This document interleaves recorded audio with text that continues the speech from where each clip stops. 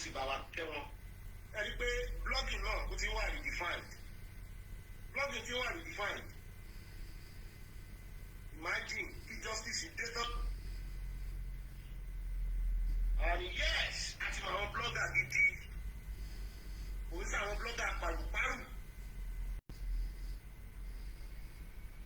Òun ní àwọn blogger paru-paru. Lákọjọ́ tí very dark man ti sọ̀rọ̀. Ó sọ̀rọ̀ lórí kìíní yìí. Ìgbà tó kọ́kọ́ bẹ̀rẹ̀ ló ń mẹ́nu bà kìíní yìí. Ó sọ̀rọ̀ kò sẹ́.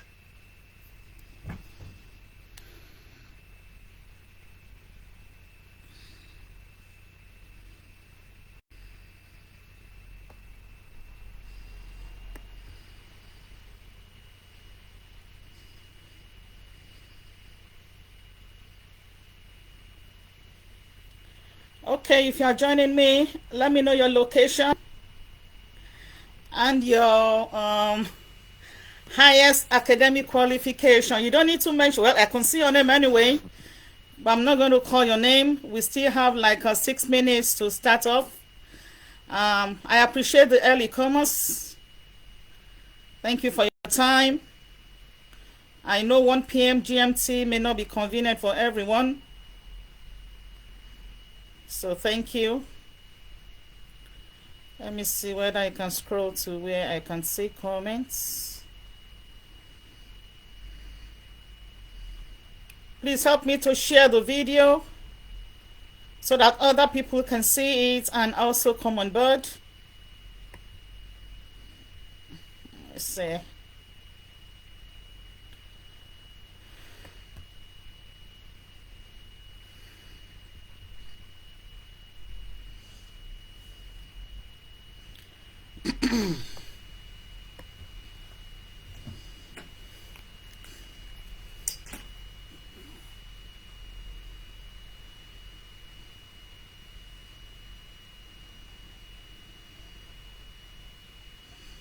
And let me know where you saw the link from. Is it from Facebook, TikTok, or LinkedIn? So I can track the streaming. Thank you, big sister from Hertfordshire. I'm not going to call your name for anonymity. Auntie, you're welcome, ma. Thank you so much. Please help me share the link so that other people can see it. It's cold right now, so I need to cover my hair. Give me a moment, 1 minute. It's pretty cold. 1 minute.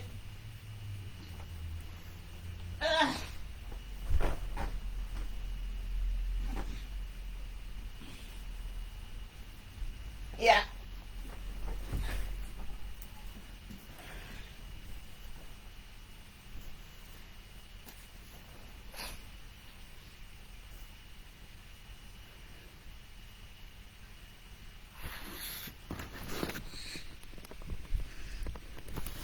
My location is very cold this morning. We've been doing below. Thank you.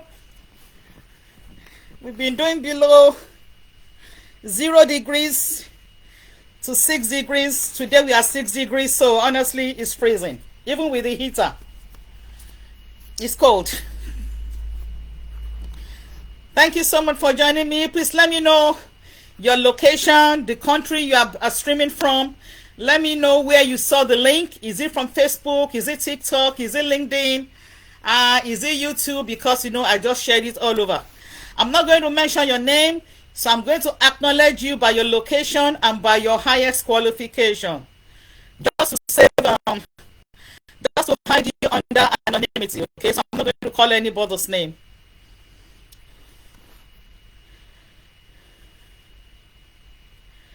Okay, let me close.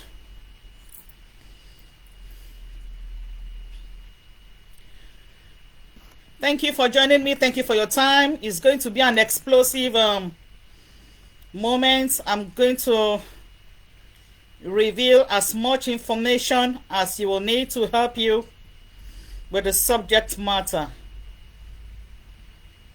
So please, for those of you on board, kindly share this stream for other people to see it and for them to come on board.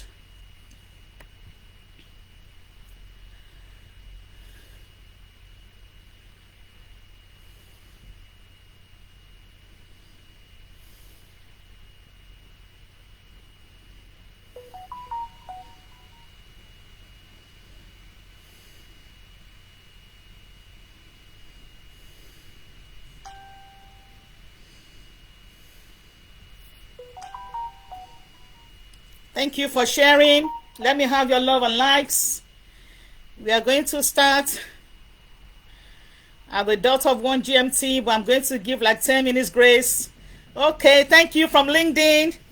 My doctor, my beautiful sis. Is it going to be recorded? I don't know whether live streams are recorded, my brother, my doc. I don't know. I don't know. But I'll share it now. Once it's done, it will be automatically shared, so you'll see it on my Facebook space, but I don't know whether it can be recorded because it's live. I don't know whether they record live, honestly. I'm not that tech savvy, but you see the concluded stream once I'm done. You see the concluded stream.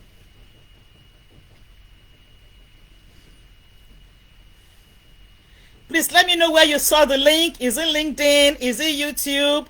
Is it on TikTok? Is it from Instagram? Is it from YouTube? Because you know me now. I know how to make some positive noise. So I share the links all over my 6 platforms. Okay, from UK, LinkedIn. Thank you, sir. I'm not going to mention anybody's name for anonymity. Some people don't like their names being mentioned, so I have to respect that. So I'm not going to mention your name. Please tell me the country you are streaming from. Please let me know your country from LinkedIn. Thank you so much, sir. I saw the link on LinkedIn. Wow. Thank you so much. PhD student from UK. Thank you so much. My beautiful brother who is always helping me to share my Facebook post. You know yourself. I'm not going to mention you. Thank you. Thank you, my brother. Okay. My brother from Pakistan. You saw the link from Facebook. Thank you. As you are coming on board, please help me to share it. Please click on the share button. I want as many people to get this information. Please, please, and please share this link, okay? Share this live stream. I'm pleading. I'm pleading. You know me now. You know me. You know me. I'm pleading. I'm pleading. Help me to share this link. Please click on the share button. Watching from the UK. God bless you so much. Big sister, I know now you are watching from our place, you know. That place in the UK. Thank you so much, sir. Please help me. Put your hands on the share button, guys. Please help me. We have 10 people streaming now, and I'm expecting more people to come in. As many people as we come in, that will be fine. No problem, no hassles. So even if I have 10 people hearing this, if I'm able to change the lives of 10 people, I think I'm fulfilled. I'm fulfilled. That is laughing. You know that place now, that place in South England. Don't let me mention your location. That place, you know, that place. Wow, from Malawi, Consulate General. Thank you so much, sir. I'm not going to mention your name, but thank you for joining me from Malawi. Thank you so much. Wow, Malawi. Beautiful country in the south of Africa. Thank you. You're welcome. You're welcome. Thank you so much. My energy is out of this. My brother, even me, I'm tired of myself. Honestly, when I'm down, people will not even believe me. That is the problem. Honestly. It's been like that for years, more than 40 years. What is 40? Since I was born. I'm trying to slow down. I can't even help it. Honestly. Thank you so much, sir. Please put your hands on the like button. Put your hand on the like and the love button. Let me love and like, you know, so that Facebook can help me to, you know, use the algorithm to share to as many people, you know, on Facebook. Help me love and like. Help me click on the share button. Don't be stingy with your share button. Click on the share button now. Don't be stingy. You know what I mean? Like, don't worry about to start. It's going to be explosive. Forget it. Explosive. So make sure you have your writing materials. For me not to miss any information, you can see I have my notes here. Okay? Notes, because I don't want to miss any information. I don't want to miss any information, honestly. So make sure you have your writing materials so that you can jot some things that pertains to you. Everything I'm going to say may not be relevant to you, but it will be mostly relevant to you. Global Talent Visa is a visa for anyone who is aspiring to have a PhD, who is currently undergoing a PhD program, and who has a PhD. Just listen. So if you are within the PhD cluster, you need to hear me. You know now, you need to hear the Crunch Queen. I am the authentic Crunch Queen, the one and only. I'm the one that gave the title to myself, oh, but God stamped it. You know, you can give yourself a title, and the Father in heaven will say, this babe, let me stamp this title. So that Crunch Queen is self-given, but stamped by the Most High. Oh yeah, click on the share button, people. Click on the share button, help me love and like, while we wait for a few minutes for others to join. I have 11 people streaming looking at me. Thank you. 4 people who have clicked on the share button. I appreciate you for sharing. Thank you. 8 people have liked it. I've not seen love. Oh, I be the love and like are together. I'm not understanding. I'm not understanding. 8 likes, okay, and I'm seeing 11 people. At least one person should like now. That will give me 9 likes or 9 loves. Okay. We'll be starting in a moment. In a moment. In a moment. Thank you for sharing. I really appreciate you. Thank you for sharing. Thank you for sharing. I really, really appreciate you. I appreciate the gesture. Thank you so much. I'm not taking this for granted, because I know it takes a lot of time and energy, resources for you to connect on a live stream. I know what it takes, so I'm not taking it for granted. So once again, thank you for coming. First of all, thank you for acknowledging that you need this information. Thank you for participating, and thank you for sharing. Thank you for sharing. I really, really appreciate it. Thank you for sharing. Okay. By my time, this is 13:06, so we are 6 minutes past the hour. As more people come on board, I will acknowledge their presence. Watching from Ethiopia, my brother, thank you so much. Thank you, thank you. I'm not going to mention your name, but I'm going to mention your location. And please tell me your highest qualification, okay? Let me know your highest qualification, and let me know where you saw the link. Is it from Facebook? Is it from LinkedIn? Is it from TikTok? Is it from Instagram or YouTube? I just want to connect with you to know your country of residence, where you're streaming from, your highest qualification, and where you saw the link from, okay? But I'm not going to mention your name, but I'm going to use this yardstick to acknowledge you. So thank you. I really, really appreciate it. Thank you. Thank you, my Egyptian. I don't know whether your name is a male or a female, so I'll just say my Egyptian colleague. Because you have a PhD in economics. Okay, you got the link from LinkedIn and you hold a PhD. Thank you, thank you. You are my colleague too, because I also hold a PhD in economics. So I have 2 PhD in economics. I have a postdoc, big boy. Big boy from Sun City. Okay, that's my big brother from Sun City. My big boy from Sun City. Thank you so much. Thank you so much. Thank you so much. All right, let's get started. Please, as you come in, I'm going to stress, I'm going to plead, I'm going to ask you, click on the share button and let me have your love and like, at least to encourage me, okay? Click on the share button, love and like, to encourage me. All right, so I'm going to talk explosively, okay, about the UK Global Talent Visa. I'm going to give you a tell-all information, okay? So I'm going to ask you to get at least a writing material. For everything I'm going to say, I also have mine, so I don't miss out any information. Now, this is how I'm going to roll it out. I will first tell you everything you need to know about the Global Talent Visa. The link to this global talent visa is on my page. I can't comment now because Facebook has restricted me. So I still have 7 weeks of grace. I still have 7 weeks ban. So I can't make any comments, okay? So if you want me to respond to your comment and you're on Facebook, you will have to give me 7 days.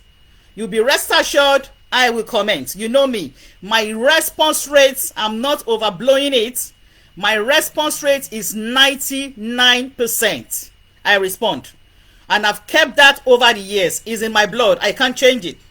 But if you're on Facebook and you make a comment and you want me to respond, give me 7 days. When the ban is over, I don't care how many people have commented, I will respond. Thank you, my PhD accountant.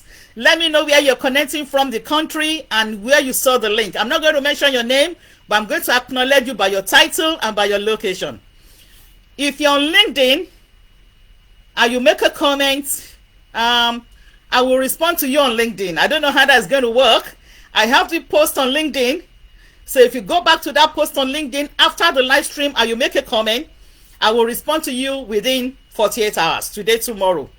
So for anybody commenting, whether on Facebook, whether on TikTok, whether on LinkedIn, please do me a favor. Make it very brief to save time. Make it very brief because whatever you are going to say, I will have covered it here. So please make it very, very brief for me to answer. If your comment is too long, I will tell you, too long, I didn't read. I will tell you. If you want to ask a question, not more than 3 questions, I'm pegging it. If at all you have a question that you know I did not cover, thank you, welcome on board my PhD Finance. Let me know your country and let me know where you saw the link, okay? I'm not going to mention your name. Back to my commenting. Please restrict your comments to like 3, maximum of 3 questions, and keep them brief. I will respond. Whether you are commenting after now on LinkedIn, on Facebook, on TikTok, I will definitely respond. Okay, so this will be the dynamics of the live stream. I will first give a general overview of the Global Talent Visa. It will be in detail. There are so many phases to it, so many. So make sure you pay attention to hear what I have to say about the general overview of the Global Talent Visa.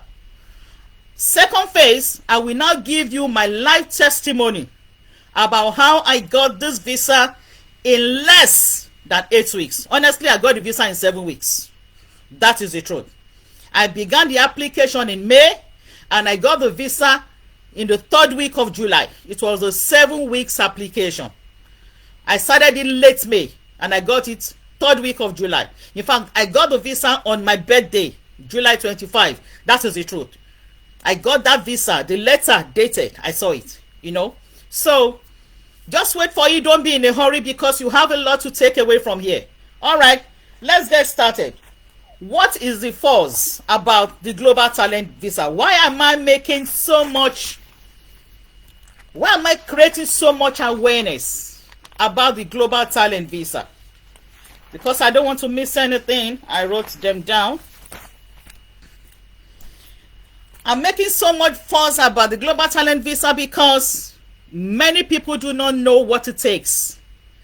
Many people are ignorant about what they need to do. Okay? So my goal is to enlighten you. If you have a PhD already, if you are a PhD candidate, or if you're about to go into the PhD program, you need to hear what I have to say. Okay? Now, the general overview of the Global Talent Visa is what I'm starting with. The Global Talent Visa, hear me, has less requirements and it is less stringent. It does not require you to have a pool of funds. Okay? You don't need an agent to package your application. You can do it yourself. It has the shortest route for you to get your indefinite leave to remain in the UK. It is a visa that does not have salary threshold. No, there is no salary threshold. The visa allows you to bring in your dependents to the UK. The visa does not have any employment stipulation that you must have employment before you get the visa. It doesn't have that. What did I write again? The visa allows you to switch jobs without informing the Home Office. You can move from one jobs to the other within the time of your visa. Okay? This is a visa. It also has the shortest processing time. In fact, the total processing time as pasted on the uk.gov website is 8 weeks total. So you can see it has the shortest processing time. You can imagine having such a visa in 2 months. Amazing. 2 months maximum. It is a work visa. The UK Global Talent Visa is a work visa, which gives you the right to live in the UK. The Global Talent Visa has unlimited renewals. 5 years. You can say it has unlimited validity. Thank you so much, my PhD brother streaming from Nigeria. Thank you so much. Thank you. I'm not going to mention your name, but I'm going to mention your title and your location, and let me know where you saw the link from. Is it on LinkedIn or Facebook? Okay, thank you. So the Global Talent Visa, I can call it, is an unlimited visa. Unlimited in the sense that if it expires, you renew. If it expires, you renew. And it has a 5-year visa. It is a 5-year visa. Okay? If you are having exceptional talent like me, I can renew. Okay, no, I can apply for my indefinite leave to remain in 3 years. But it's a 5 years visa. If you are on exceptional promise, you will renew every 5 years, and you can apply for your ILR in 5 years. If you're on exceptional talent, you can apply for your ILR sorry, in 3 years. It's a good visa. Don't miss it. And I'm going to tell you, anybody can qualify. Just listen to what you have to do. Listen to what you have to do. Okay? Did I miss out anything? It doesn't have a language threshold. Okay? But at least, if you know you are coming to the UK, you need to brush up your English language. Because you may find yourself in the private or in the teaching sector. So make sure you are able to communicate in English, even though there is no language barrier. But like I said, if you are coming to the UK, you should be able to converse or communicate in English, at least in the minimum. Okay, I think I've covered up the basics. Okay, another thing, like I said, you don't need to have a job offer. Okay, so there is no employment stipulation that you must have a job. No, you don't need to have a job. Get your visa, come to the UK, and you can strap up your boots and start looking for work. And if you want to be your own self-employer, you can set up your business if you have the visa. Okay, so you don't have to have a job before you get the visa. No. Okay, now, who is eligible to apply for the Global Talent Visa? Who is eligible? You must be in the following fields: sciences, medicine, engineering, technology, social sciences, humanities, arts and culture, and digital technology. Okay, you must be in any of those fields. Digital technology, those ones I mentioned. Once you find yourself in that category, then you are eligible to look at the Global Talent Visa requirements and ask yourself, I think I can put my head into this and apply. Okay, now I use the peer review route, but before I go there, this visa is split into 2 stages: stage 1 and stage 2. The stage 1 is the endorsement stage.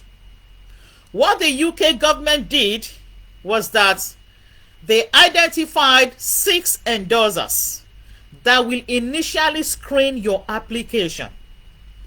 So once you scale through the endorser will notify the UK.gov visa unit that so and so person has passed the endorsement. Then you can consider him or her for this visa. Let me say that again. The Global Talent Visa has 2 stages. endorsement stage and the visa stage itself. The endorsement stage is stage 1 and the visa stage is stage 2. Endorser will first of all check your application. If you scale through, it will tick you for endorsement and pass you onto the uk.gov for the final visa. There are 6 endorsers. Okay, there are 6 endorsers that will first of all find you suitable before you can get the visa. Listen to the endorsers. There are 6 of them. We have the Royal Academy. We have the Royal Society. The Royal Society is the endorser for those in sciences. Okay, let me confirm what I wrote here so I can be on board.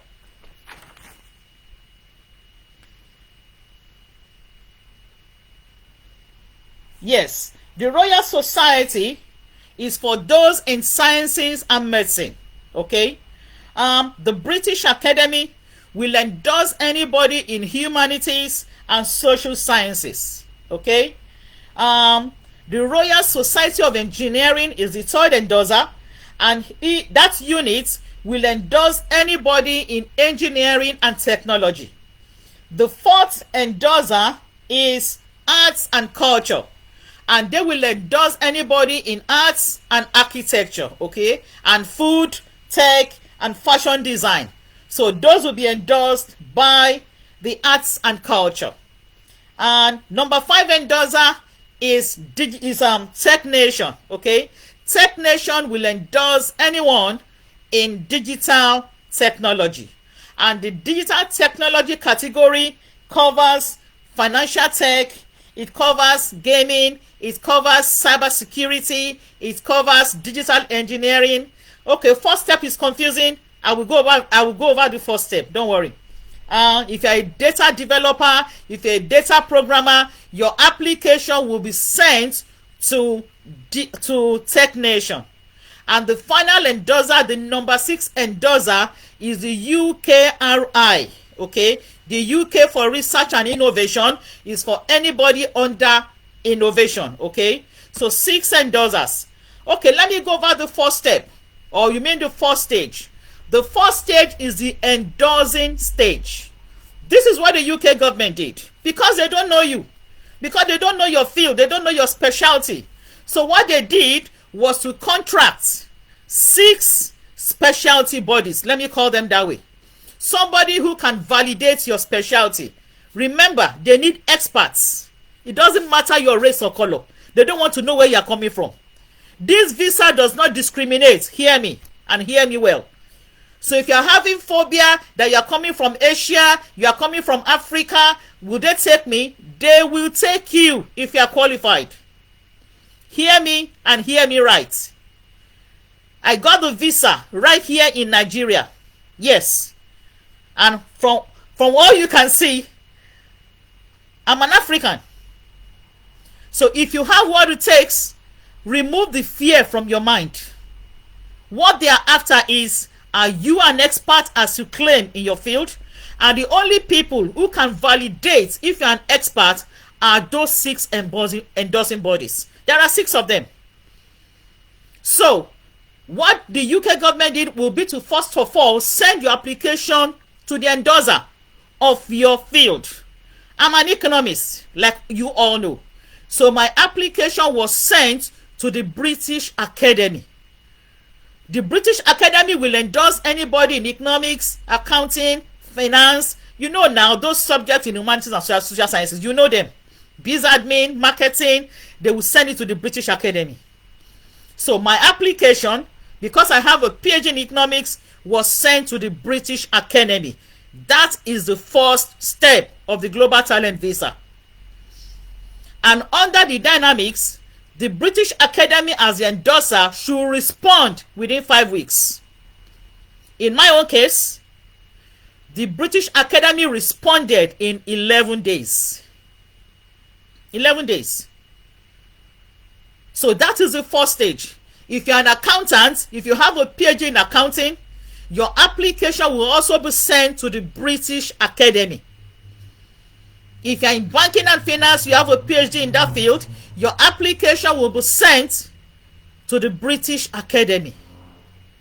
If you have a PhD in chemistry, physics, biology, agri science, food science, anything sciences, your application will be sent to the will be sent to the Royal Society. Because I'm not in sciences, pardon me. So if you're in sciences, your application will be sent to the Royal Society for endorsement. They will check your application and see, does so and so fit this visa? Is he or she an expert, as she claimed? I'm going to tell you the documentation you require. So relax, you will hear it, everything. So those are the 6 endorsing bodies. So once you scale through endorsement, you will get a notification. You are getting 2 notifications.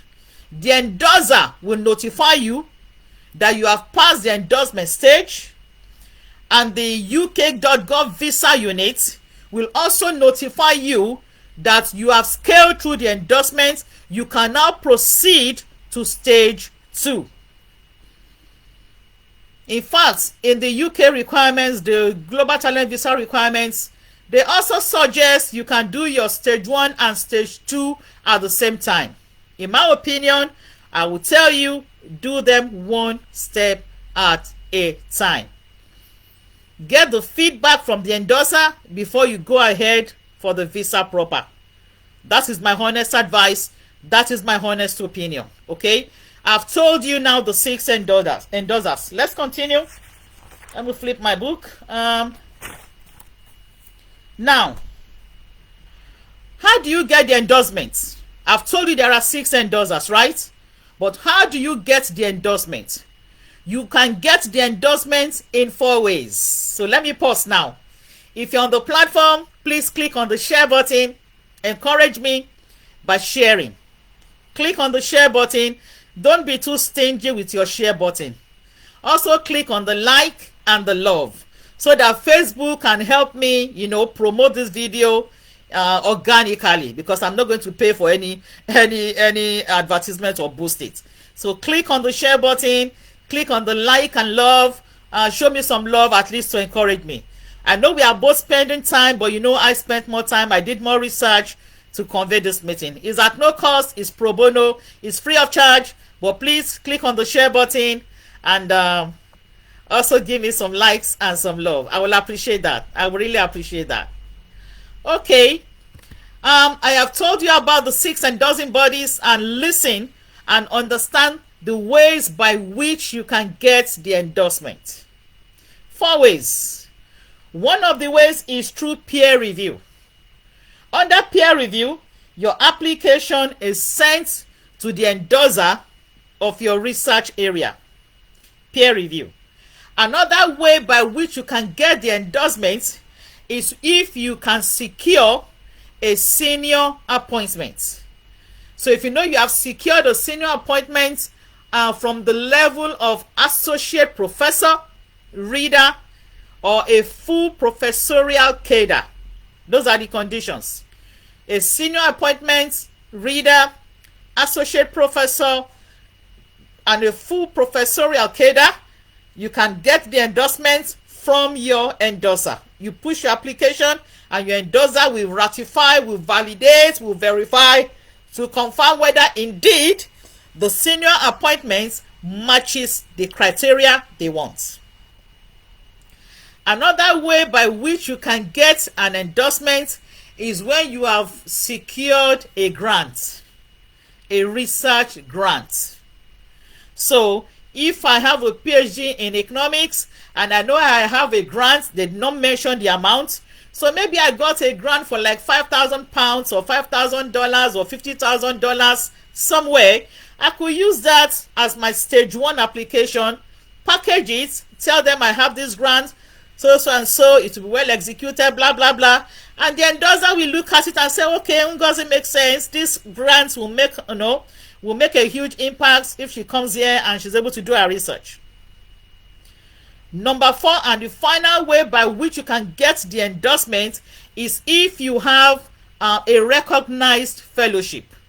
You know, on the uk.gov site for the global talent, they listed the recognized fellowship, the fellowship they can consider.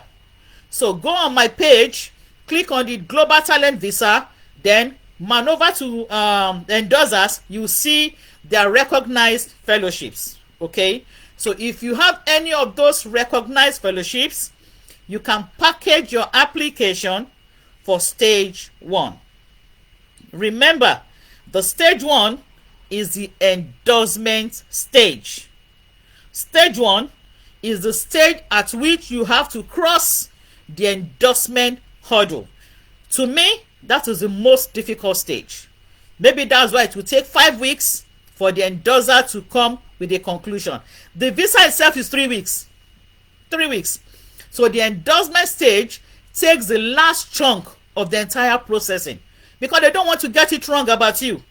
They want to be sure that indeed your PhD in finance can be well utilized if you get to the UK. They want to be sure that your PhD in accountancy is not a fluke, that it is real, that it is genuine. They want to be sure that your PhD in chemistry can be utilized and it is well deserved. So it will take 5 weeks for that endorser to ratify you. I'm also going to give you the documentations for that. So don't be in a hurry to leave. So the 4 endorsers: peer review, having a secured senior appointment, having a recognized fellowship, and having a research grant.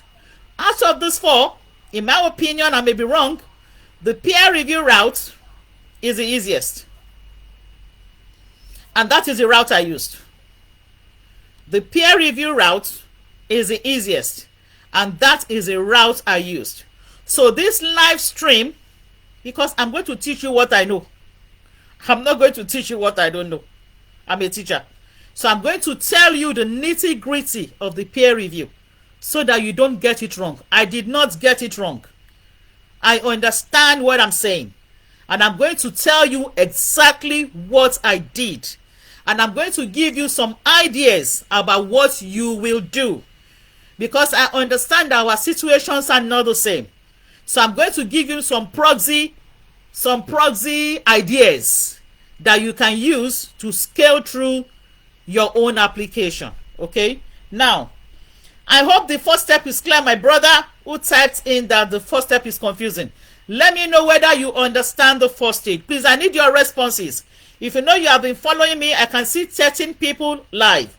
If you know you understood the first stage, please type in the comment section. I'm going to wait for those comments. If you know you understood the first stage, please let me know so I can be sure. Thank you, Claire. I have one Claire. If I can get 3 or 4 Claires, that will be fine, so I can be sure that I am not speaking to myself. One person has given me a Claire that yes, he understands.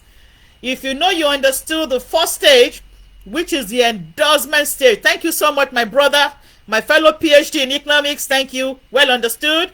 Thank you, my brother from Niger. That name is 100% Niger. Thank you so much, Claire. Good. Now I'm moving on to the second stage. See, guys, ladies, you see that second stage is a piece of cake.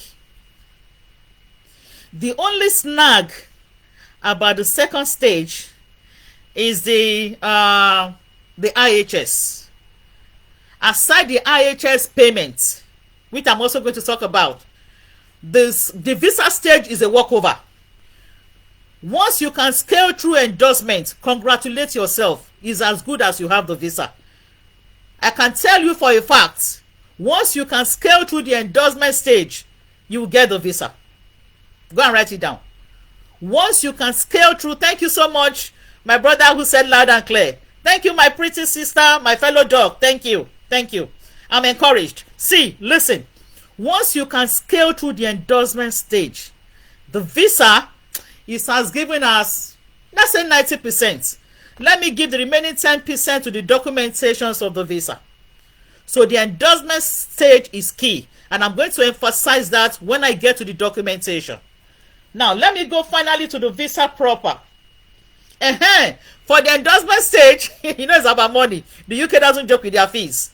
Your total fees that you have to pay when you are sending your application is £524 for the endorsement stage. So please note it down. I can't type it because I have restriction. You are going to send the payment with the endorsement, okay? If you don't make the endorsement payment, they won't look at your endorsement. So the endorsement fee is £524. For you to know that the endorsement stage is the most critical, here the visa fee. The visa fee is $192. So the endorsement fee is almost 3 times that of the visa fee.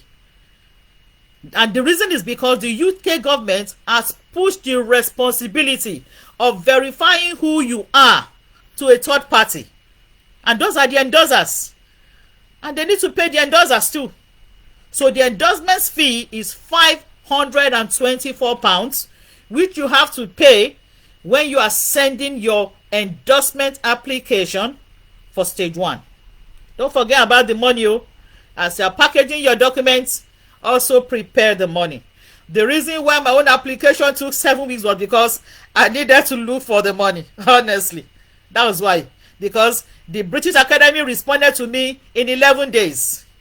So I needed to look for the money for the IHS. It was a lot. I needed to look for the money. The visa fee was to me chicken change, £192. Even if I don't have it, I will call 2 or 3 people and they will borrow me the money. But the IHS, I needed to scrape everything I had to make the IHS payment. We'll get there in a moment. So that is stage 1. Stage 2. Once you get the notification that you have scaled through the endorsement, you have to put in for your visa application within 90 days. Please write it down. Don't miss it. You have a 90 days window. Thank you, I don't know whether your name is male or female, but you said Claire, so thank you. Thank you, sir. Thank you, ma.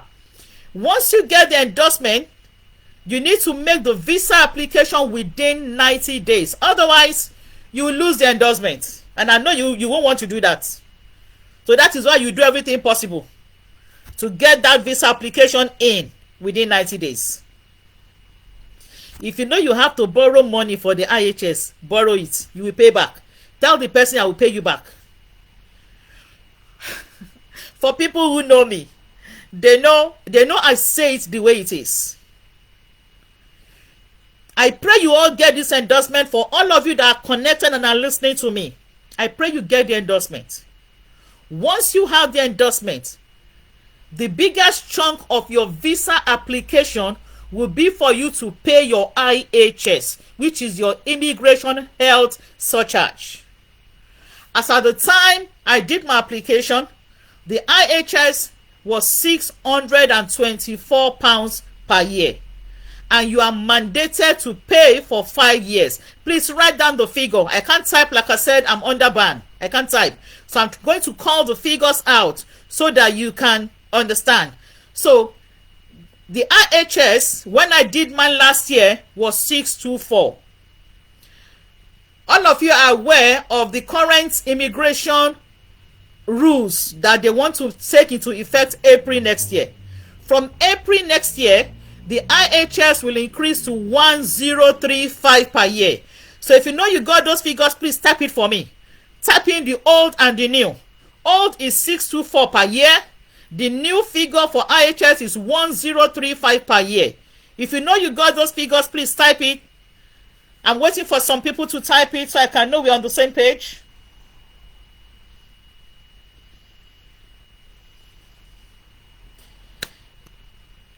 If you know you got the IHS figure for last year and the one they are proposing, please type it in the comment section. The old figure, £624 per year. The new proposed figure, £1034. Is it 1034 or 1035? Yes, it's 1035. Good. Yes, somebody has confirmed. Thank you. So that is the old / the new. Any other person got the figure? Maybe 2 more people, then I'll proceed. 2 more people. 624 was in place as of today. From April next year, the IHS will go to 1035. I want 2 more people to confirm that they got the figure, because I don't want you to get it wrong, and I don't want you to misconstrue what I'm saying. I don't want you to think I'm going to mislead you so that you don't. Thank you. Another person even put the pound sign. Thank you. I need one more confirmation so that you can understand that the IHS. Thank you, my brother. Thank you. Now I can proceed. You know why I'm emphasizing this? So that you can know that you have a lot to start arranging. Okay, good. And you're going to pay for 5 years. That was what slowed me down. I had to look for the money, because I know that the UK needs me, and I've scaled through cool, you got the figures, and I scaled through the endorsement.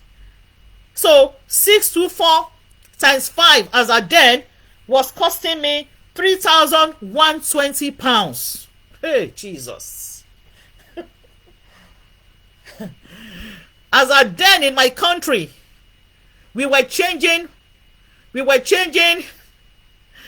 Thank you, my sister. That's correct. As at that time, I was changing £1 for 620 naira in the black market. You can't even get officially. They won't even sell to you. So 620 times 624 times 5 was what I was looking for. Here is endorsement. And I needed to do everything because I was tired of where I was. I was tired. So I had to start making calls. 624 times 620 times 5. I'm telling you reality, because people listening to me are adults. You are all matured. For anybody to have a PhD, you are not a child. You are a husband, you are a father, you are a mother, you are a wife, if you are married. So anybody listening to me, I know is matured.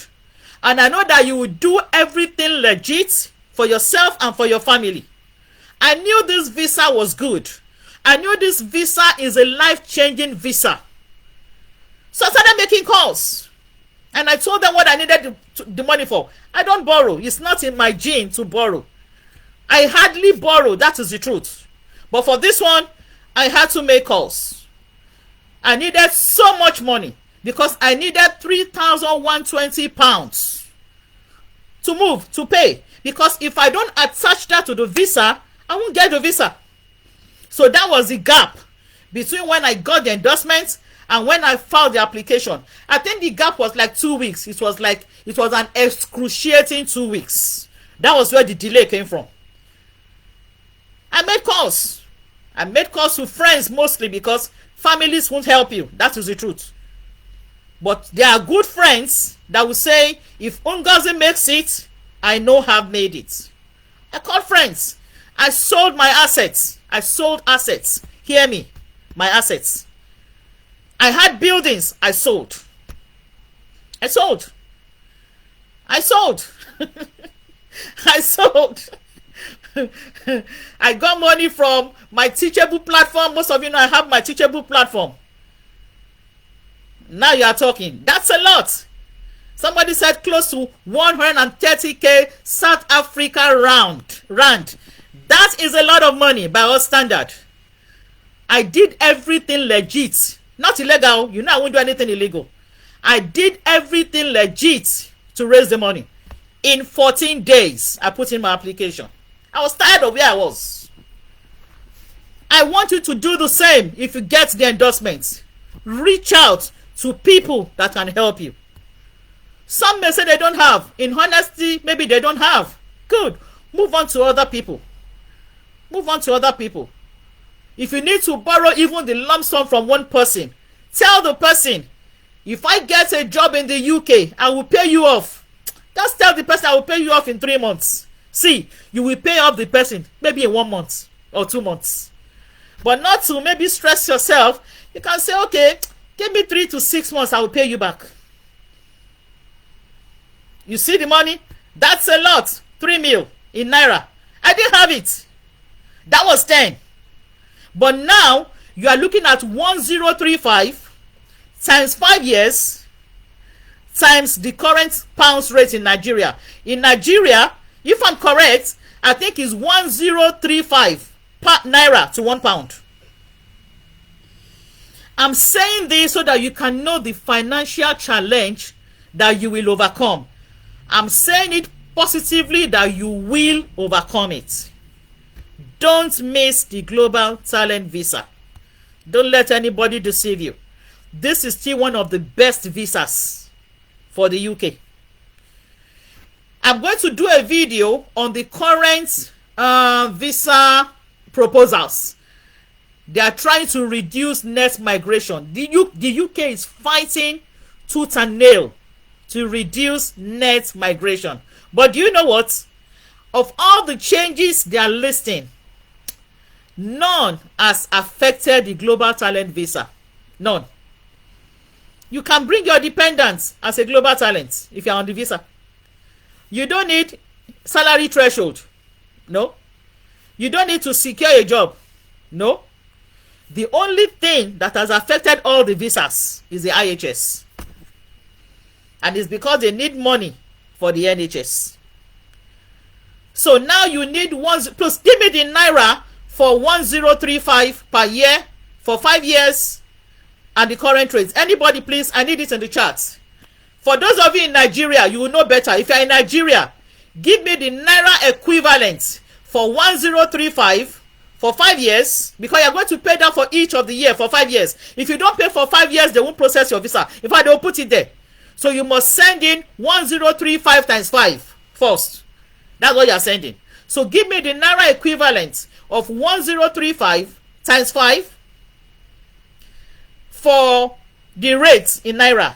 Okay, that is Malawi, right? In Malawi currency, it's 10.9 million.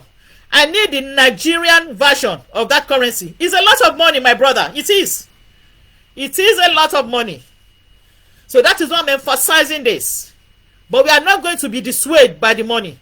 We are not. I need the Nigerian equivalent for 1035 times 5 times the current black market rates for naira. Is it 5.2 million naira in Nigeria? I don't know. Is that Nigerian naira? Is 5228263 Nigerian naira? Please confirm. And let me know the rate you are using. I will pause now and wait for your comments. Only 2 people are commenting. What is going on? 3 people. What about the rest? I will start mentioning your names, oh. I have 14 people. What is happening to the rest? What's going on? What's happening to the rest, people? Are you not enjoying this? Is it boring? Why are we all keeping quiet? Okay, what's official? You can't get official rates in Nigeria. You will need the black market rate because the government will not sell you naira. Or they will not sell you pounds. They won't. They won't. The last time I checked, it was 1,000 and maybe 30 naira for 1 pound. Let's do the maths. Let me use my phone. Since you are not too much money, we have to go to the UK. That is the truth. But you know, like I said, there are 240 countries in the world. To be honest, okay, 110. Okay, let me do the maths. To be honest, you can go to any country you want. You can go to any country you want. Any country, not just the UK. So don't feel compelled to go to the UK. No. That is not the essence of this. Don't feel compelled to go to the UK. Alright. So I'm having 1,010 naira to a pound. If I multiply that by 1035, so you need 1045 350 for each of the year. Multiply that by 5. Okay, I'm having 5226780. Remember, you have to add charges. So let's just say 5.4 million. So if you have 5.4 million naira, you can pay for your IHS for 5 years. The visa fee itself is 192. Okay, so you have to pay that with the visa fee. The visa fee is 192 pounds. It's cold. It's really, really cold here. My legs are freezing. Give me a moment, please. My legs are freezing.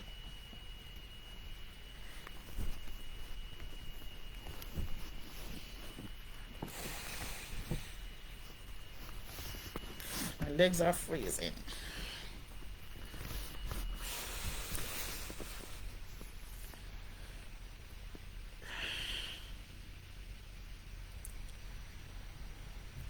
Please let me know if you can hear me loud and clear. Jesus. Are you saying that the exchange rate is 1320 naira to a pound? No. No. Black market? Oh, that's Nigerian. Wait. Let me hear from my Nigerian brother. Okay, thank you. I've adjusted. It's really cold here. My location is doing 6 degrees. It's really, really cold. Yesterday we were 3 degrees. 2 days ago, it was negative. Thank you. Please. Jesus. Are you saying 1320 naira to a pound? Please, I need that confirmation.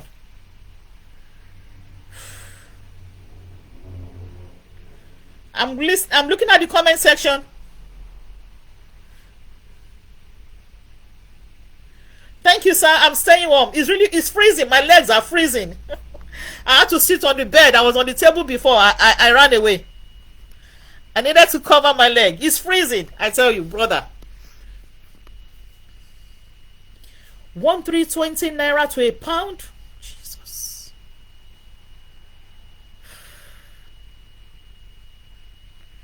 So that means it's going to cost almost 7 million. Jesus Christ. Oh, thank you, sis. Thank you. Okay. I know fingers. Wow. 1 pound to 143. Is that 1,430? Because you wrote 143. Is it 1,430? Because it can't be 143 naira. On word remit. Please, Auntie, let me clarify what you typed. Auntie, please clarify what you typed. Is it 143 naira, which I know is not, it's not possible.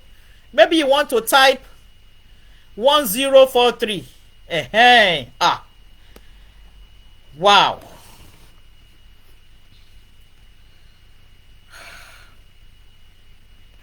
Okay. Jesus Christ. You guys are blowing my head with this exchange rate. 1,480. This is more than twice the price I changed it June 2022. I was still changing at 620, 630, 625.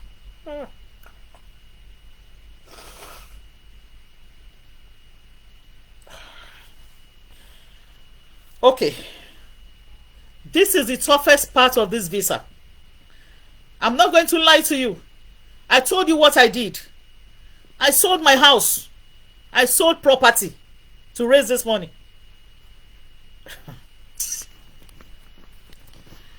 Those who know me will tell you I'm not bluffing and I'm not lying. I put my house on the market and I used that to collect money from a person. I released my documents. That was when the person knew I was serious. Yes. Because when I calculated the IHS, I knew that if I don't do something drastic, I will be stuck in Nigeria. I was not ready to miss my endorsement. I was not. I put my property on the market with my documents. I told the person, this is my document. This is my house. This is my land. I need the money.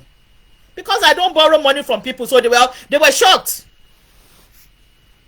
I said I need this money. Because they were very close to me, I told them what I needed the money for. I got the money from 2-3 people. From 2 people, not even 3, 2. I got the money from 2 people in addition to the one I had. Okay, you will get the completed stream after. Don't worry. It's live, so once I'm done, you will get it. Just come to my page and watch it. You'll see it. Yeah, thank you.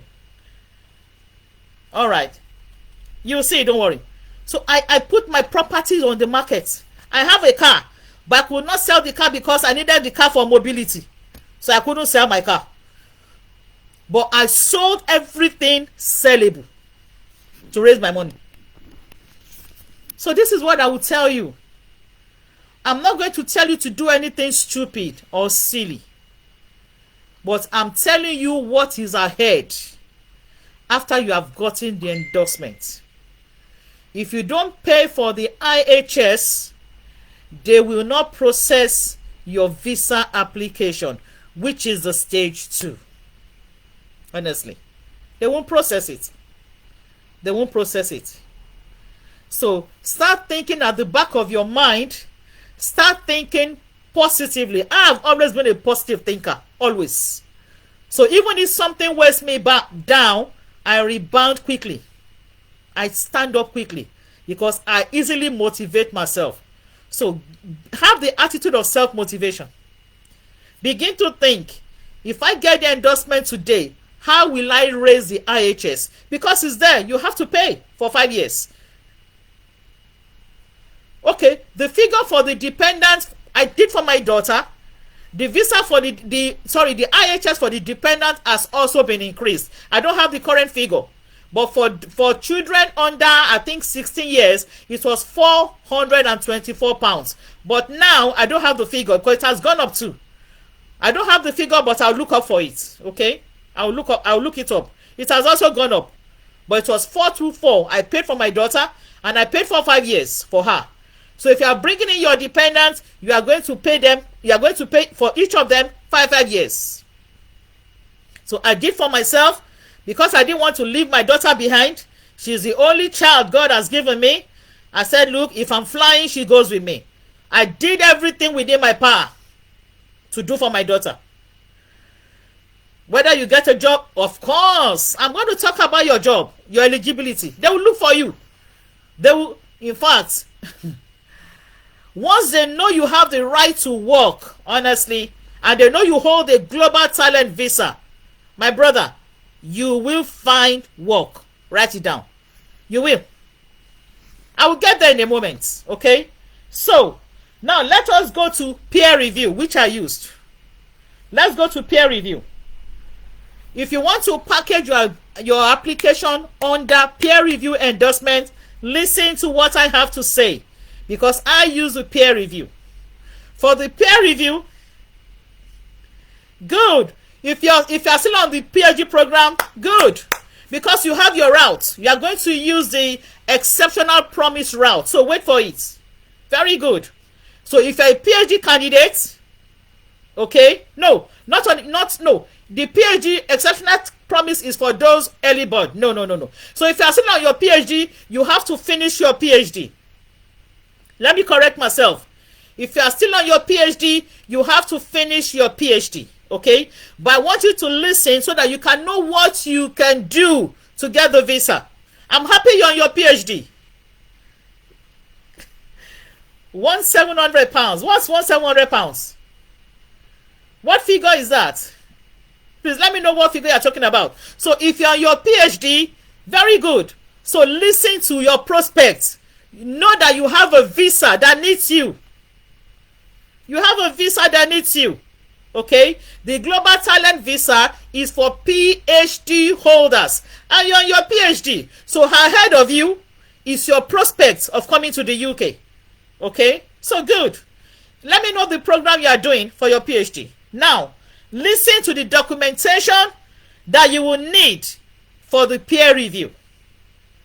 And from the name, I know most of you write articles. So when they say peer review, it means the people in your field are going to review your application.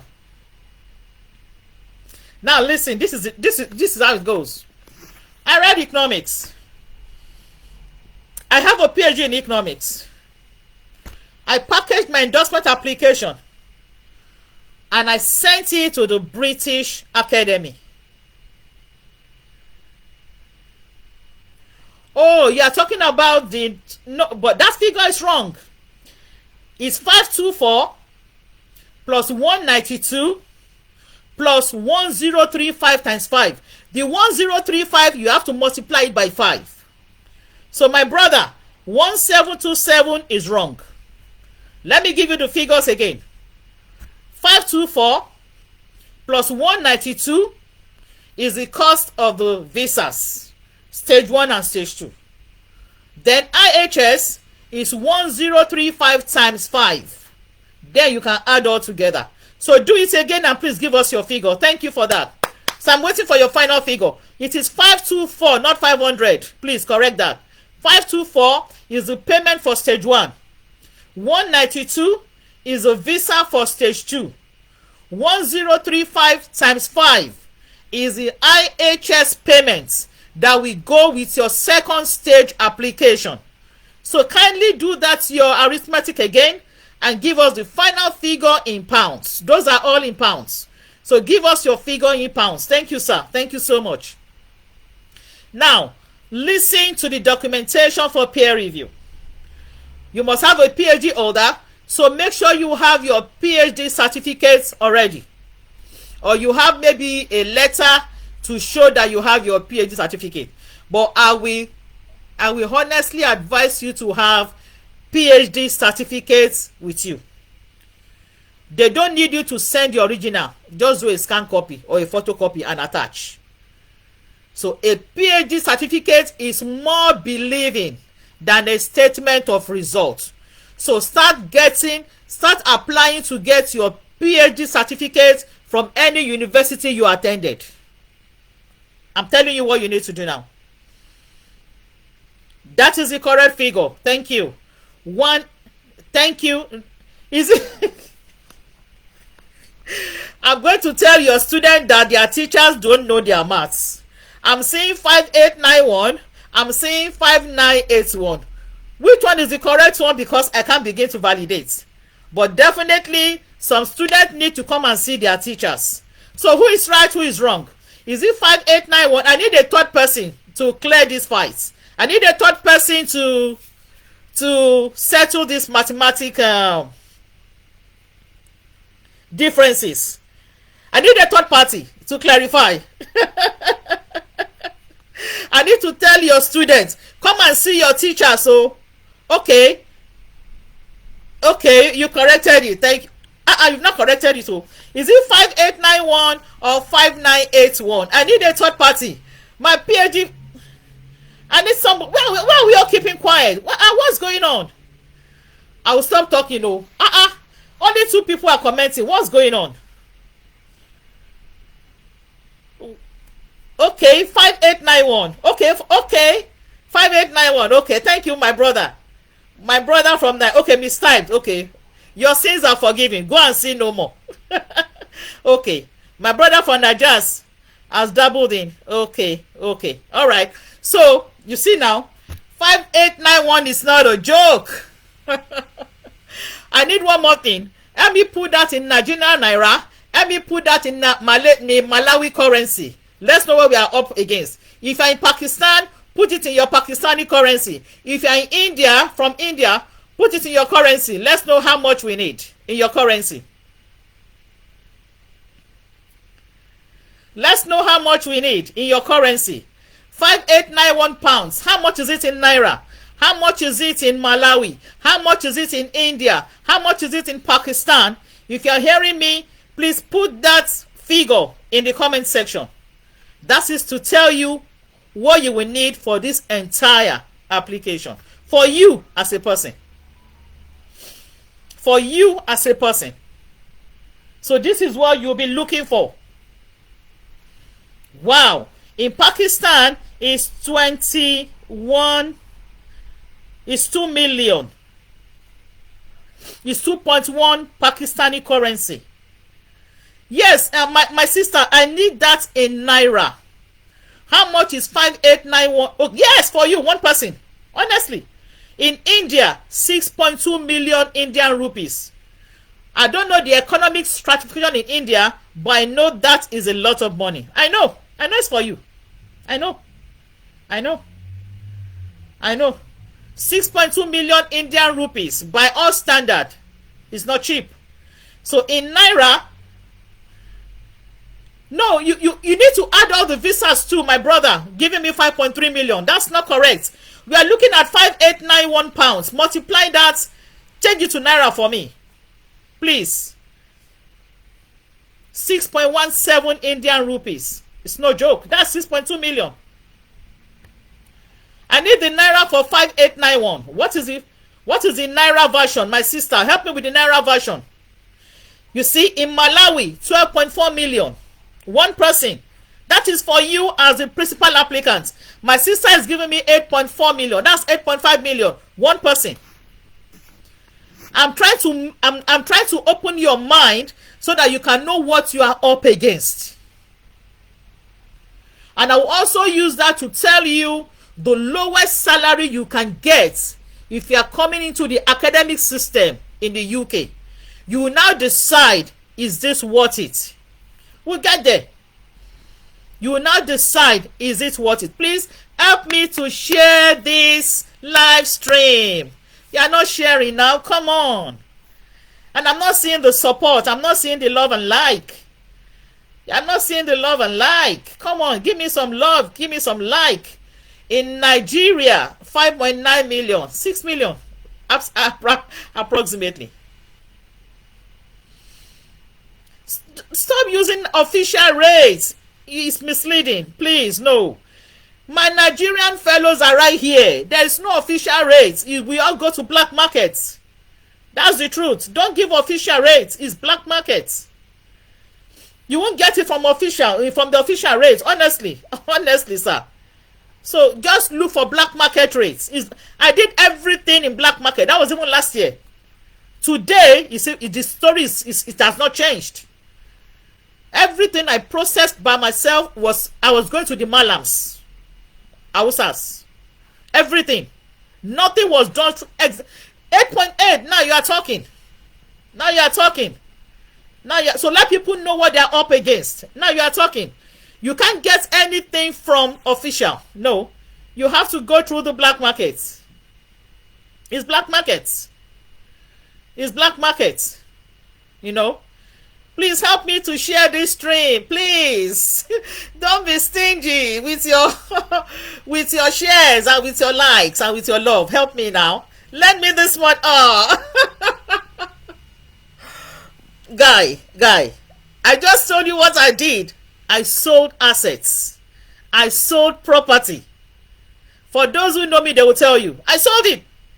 I told them I'm not building again. Give me money. I gave them my documents. Okay. So, back to the requirements for peer review. Make sure you have your PhD certificate because you have to show the evidence. You have to attach a copy. I'm not sure whether they will take your statement of results. I don't know. Maybe. But I still believe that you having a certificate is more credible than you having a statement that you're a PhD holder. Okay? Hey, my sister is on board. I'm not going to call your name. She's here. Way back in Sussex. Welcome on board. Okay, I'll use Sussex to identify you. And nobody knows you attended Sussex. But they will know who I'm talking about. Since you just came in. Alright, you need information is power. Thank you. Get the information. Okay? So, you need a total of, let me put the figure again. You need a total of £5,891 for this. £5,891 is what you need currently to fill in your global talent visa application as the lead applicant. So write it somewhere. It's not cheap, but it's still the cheapest of all the visa routes. Go and check. It's the cheapest.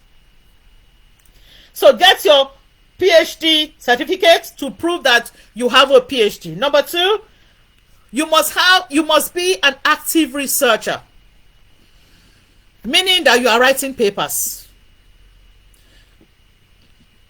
Okay, and that brings me to, sorry, it's cold here. I'm sorry. And that brings me to the fact that you must have an ORCID number. ORCID. If you don't have an ORCID number, which is the number that identifies every researcher, make sure. No, you can't lose money. No.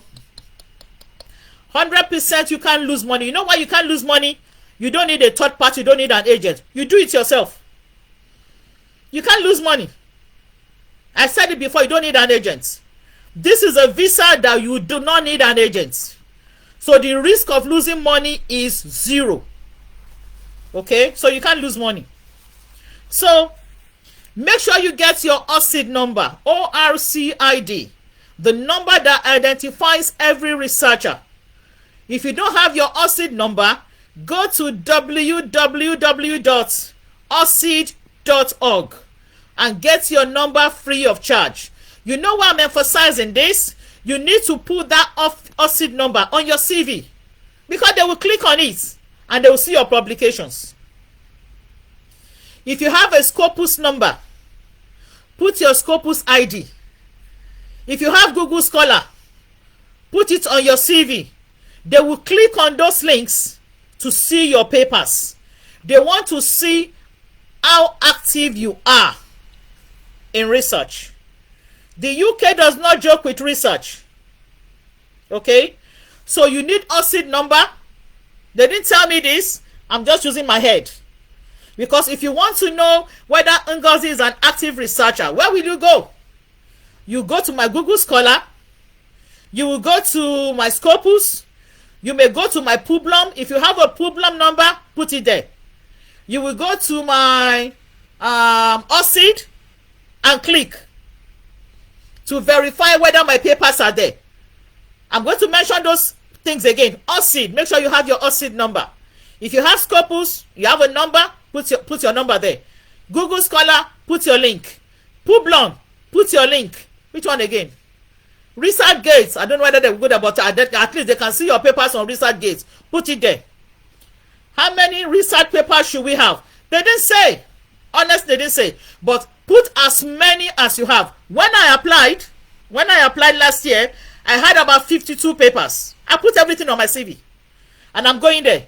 I put everything on my CV because they are after your research quality. UK does not joke with research. So don't get too rattled up. Yes, put it there. Where do I mention this on my CV? Good question. I did my own in such a way as you can just click and download UK templates. Okay, so I did my own in such a way that my heading after my name, I just put my links after my name, email address, the rest after my name, email address, the rest are my links. First line heading, so you can, even if you are blind, you will see it, because that is my selling point. My OSID, ResearchGate, LinkedIn, Scopus, Publon, the links that Google Scholar, they are there. Click anyone, you see my papers. They want to see how active you are. How many papers they did not mention.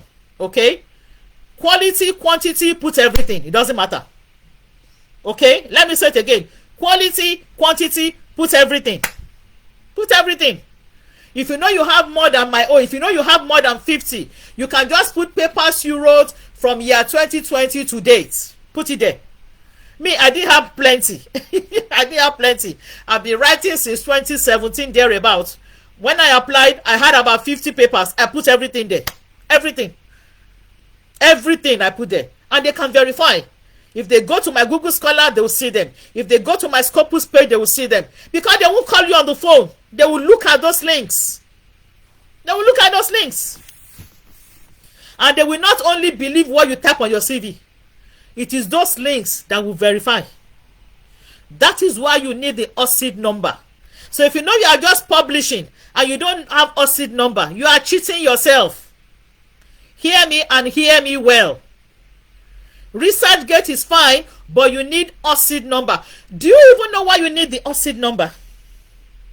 Do you know?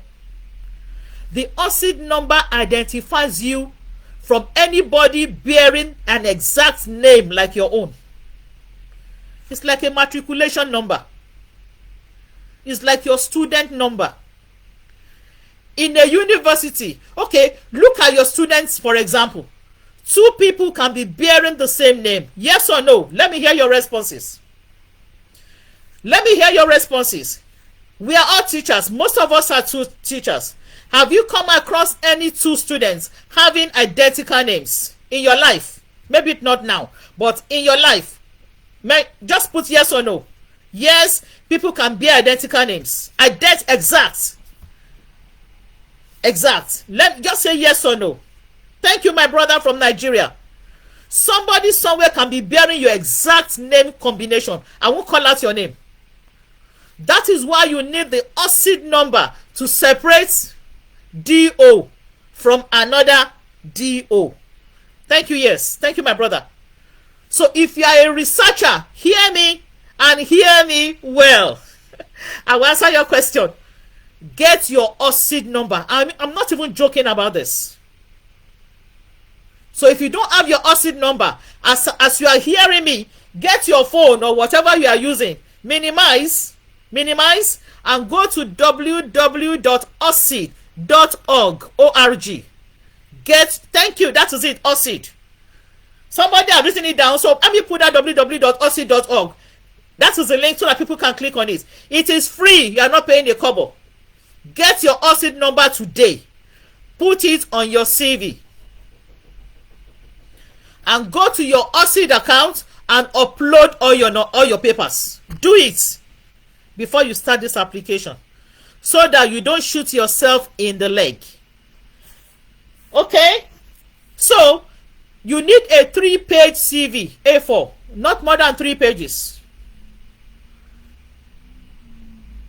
Somebody said, if I publish only 2 papers in an international journal and the rest were published anywhere, of course, I just said it. International journal, local journal. Thank you. Somebody, good.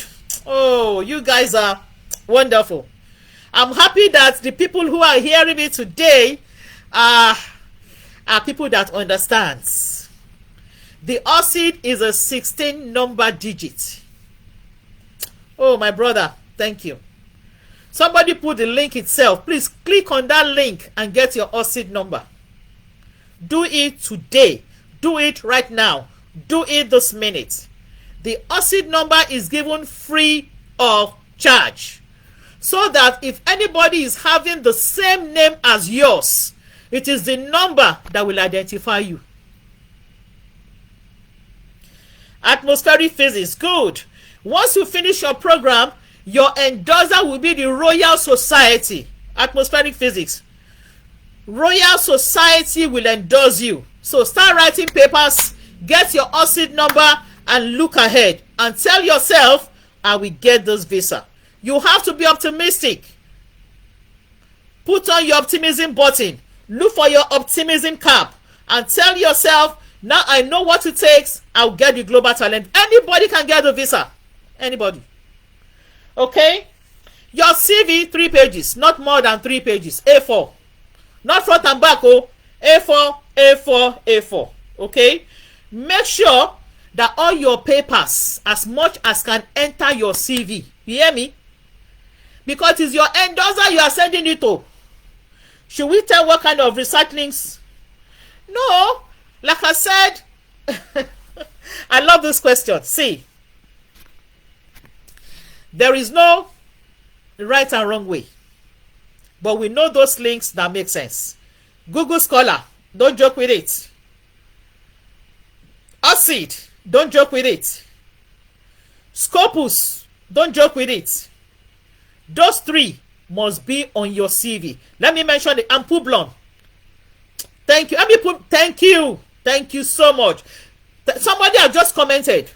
OSID, it must be on your CV. Scopus ID, don't joke with it.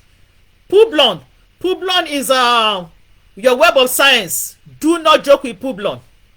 In fact, Publon will pull your papers from Scopus.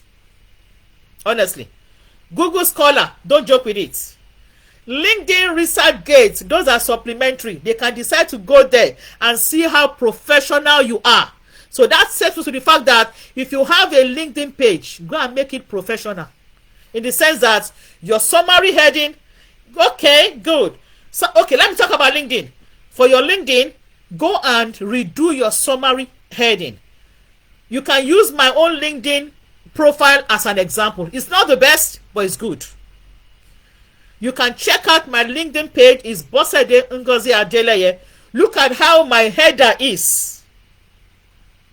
Go down and look at my publication. Add your recent publications.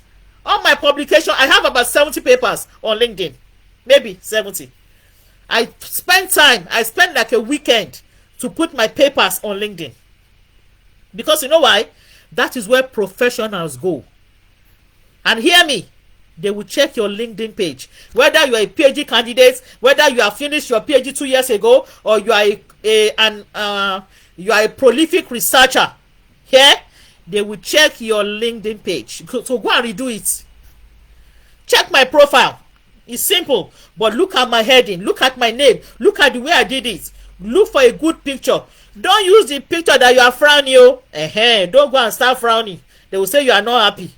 Look for a picture that shows, how beautiful, how handsome you are. Put it there. Redo your summary head and wait for God to do the rest. Do the packaging. On your research gate too, make sure that your papers are there. Use a good picture.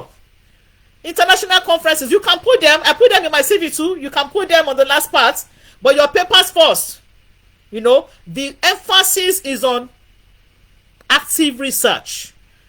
And by my own understanding, active research is publication, peer-reviewed papers. I may be wrong, but we don't. The way we interpret is different. Okay. Somebody is saying my CV is nearly 14 pages. What to do with it? Boss. Okay, they want 3 pages, right? They want 3 pages. This is what I did. My own first page, I made sure, what did they really need from me? They need my name, educational background, work experience. I made sure that I tried to put them 1 page. You see the remaining 2 pages, they were my papers. So do the same. It must not be more than 3 pages. Put your biodata. They don't need your date of birth. They don't need your gender. Do not put your date of birth. Do not put your gender on your CV. Hear me and hear me well. Do not put your local government. Do not put your state of origin. No, they are not interested. Country, yes, you can put your country. Nigeria, Pakistan, India, Somalia, Malawi. That's it about your country, nationality. Do not put your date of birth. Do not put your gender. Do not put how many children you have. Do not put whether you are married or widowed or single. They are not interested. Don't put it. Don't put it. So, you can put your biodata on page 1, as many as they can enter. Once your page 1 is filled, it's okay. Page 2 and 3, put your papers. Put your papers. Because that is what your endorser is interested in. Is this an active researcher? And if for instance, maybe you have 100 papers, right? That is why you need those links. They will go to your link and verify. Because they know that your CV cannot contain all the papers that you are having. They know. Your peers are reviewing you. Come on, guys. Your peers are reviewing you. So maybe you have 100 papers. And page 2 and 3 can only take 50 papers. Leave it at that. You see those links, they will check. When they go to your research gate, they will see you have 102. If they go to your Publon, they will see that Publon has captured 95. If they go to Scopus, they will see that Scopus has recorded 100. So they know that you have more papers than you put in your CV. My brother, are we okay with that? So don't be worried about you having 14 pages. Page 1, your biodata. And again, don't put your date of birth. They are not interested. Don't put your gender. They are not interested. Don't put your marital status. They are not interested. I'm talking about your CV. They are not interested. It may be on the application portal. I don't remember. Maybe it was there. But on your CV, don't put this. Don't put my Nigerian colleagues. They are not interested in your state of origin. They are not interested in your local government. Your country is enough, if at all. Should a country even be there? I don't even know. I don't know whether country should be there. I don't remember. Because right now in my current CV, country is not there. I'm being honest. Country is not on my CV. I wish I could show you here, but it's going to mess up my setting. Country is not on my CV. Age is not on my CV.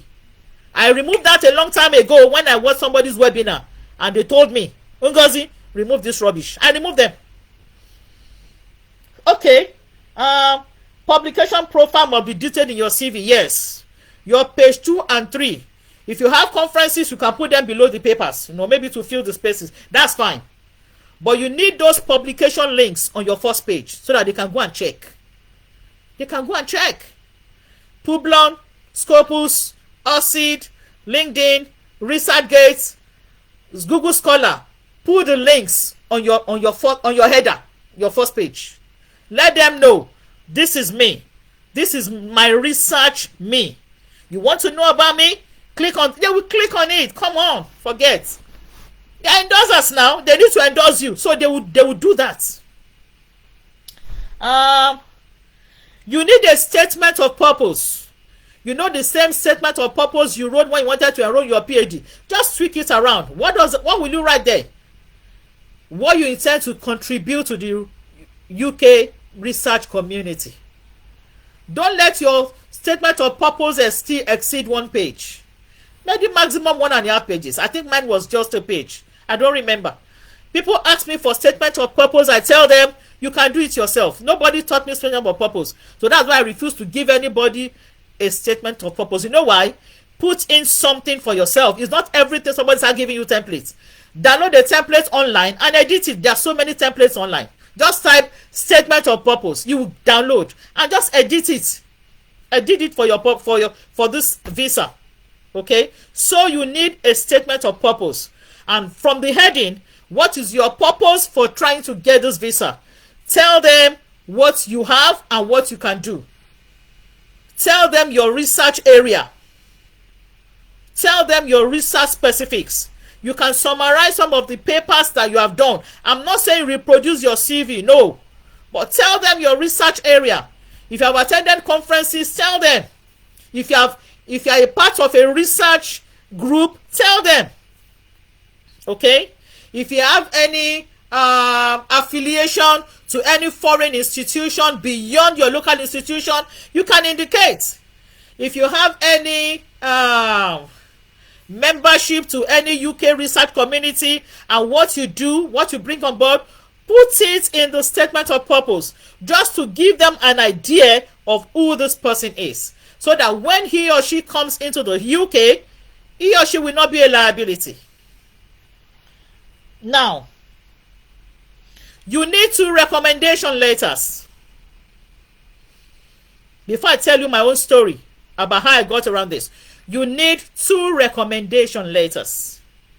The first recommendation letter must come from an eminent UK citizen who is familiar with your research. Please write it down. In fact, I have 8 videos already that have splashed all over the internet on this matter, on UK Global Talent.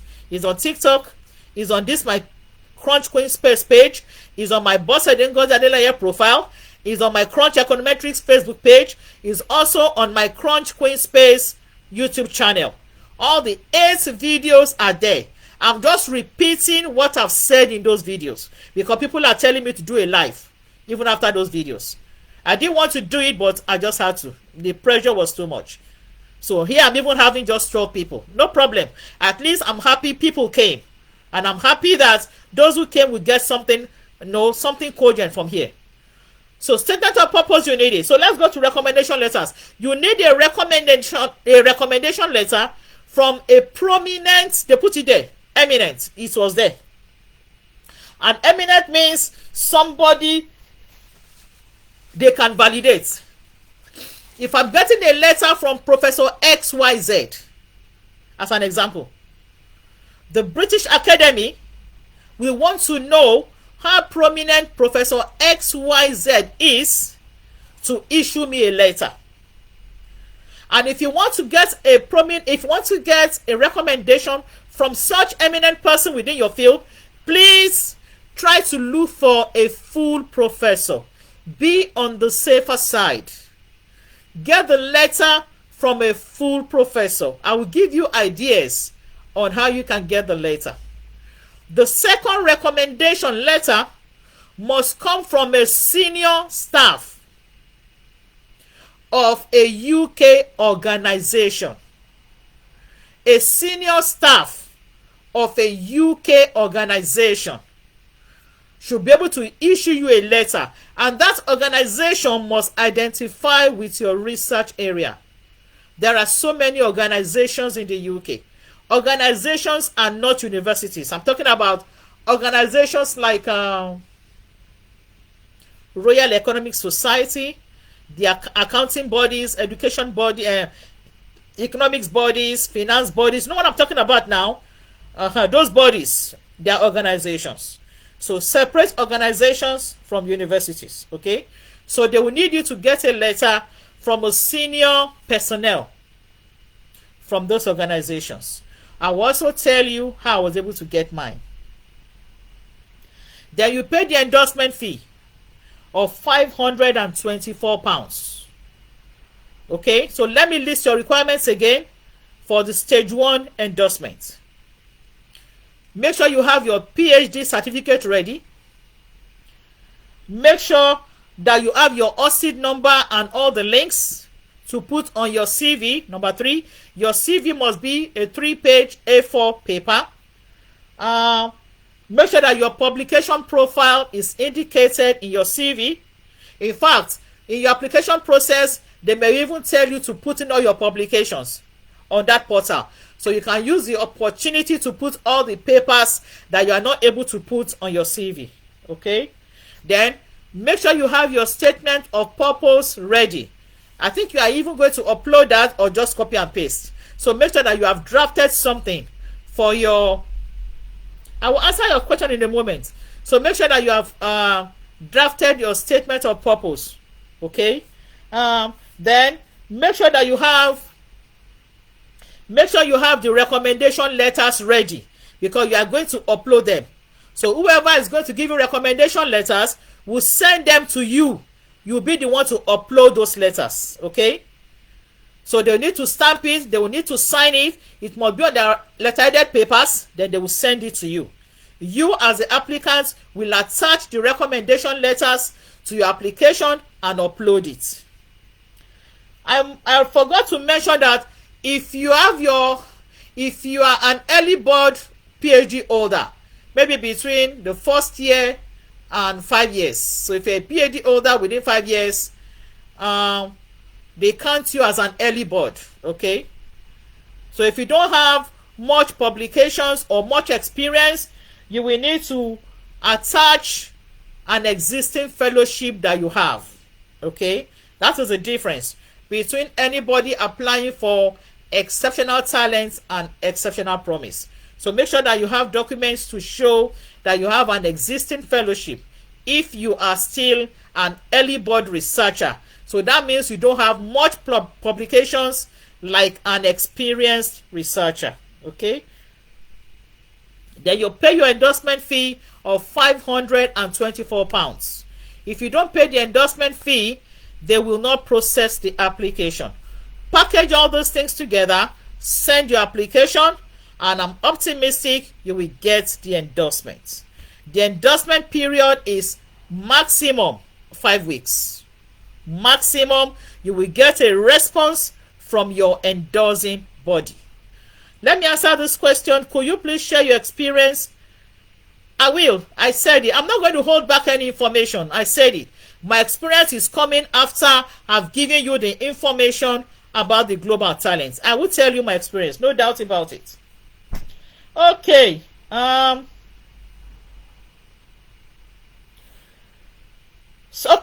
So once you secure your endorsement, let's assume everything goes well and you get your endorsement within 5 weeks, you are to process the visa stage 2 within 90 days. So within 90 days, I'm sure they gave such a time because they know you have to look for the money for the IHS. That's why they gave 90 days. Okay? So you have to pay your immigration. Sorry, I apologize. It's very cold here and everywhere is freezing. I'm sorry. So once you get the endorsement, you need 90 days to file in for stage 2. If you don't file in within the 90 days window, you will lose the endorsement, and I'm sure you don't want that to happen. You don't. And I'm sure they also gave the 90 days window because they know that the IHS money is a lot. And look at what we calculated here, is a lot. So please do everything you can to raise the IHS fee. It is now £1,035 per year, and you have to pay for 5 years. 1,035 pounds per year, and you have to pay for 5 years. What they did was to increase the IHS by 66%. When I did mine, it was £624. Effective April next year, it will increase to £1,035 per year. And because the Global Talent Visa is a 5 years visa, you are mandated to pay for 5 years. So multiply £1,035 times 5. Then you send it with the visa. The visa fee is £192. When I did mine, honestly, I got my visa in 7 days. I tell you, I got my visa. Let me use the right word. I got my visa in less than 7 days. The visa is just for formality. The endorsement stage is the most critical part of the global visa application. Once you can get your endorsement in your pocket, your visa is as good as given. Once you can pay the IHS. Okay? And make sure you have your valid international passport. So if your passport is expired, start your renewal process. Make sure you have your valid passports ready. Okay? So don't have your endorsements and you realize you have 2 months left on your visa. In fact, in my country, if your passport is 3 months to expiration, you can renew. So don't wait till your passport expires. Look at your passport date. Go and dig up your passport and look at the date. Is it 3 months or 2 months? Put it for renewal so that you can have a valid passport when you want to put in for those visa. All right. The moment we are all waiting for is here. Okay, I think I've covered everything.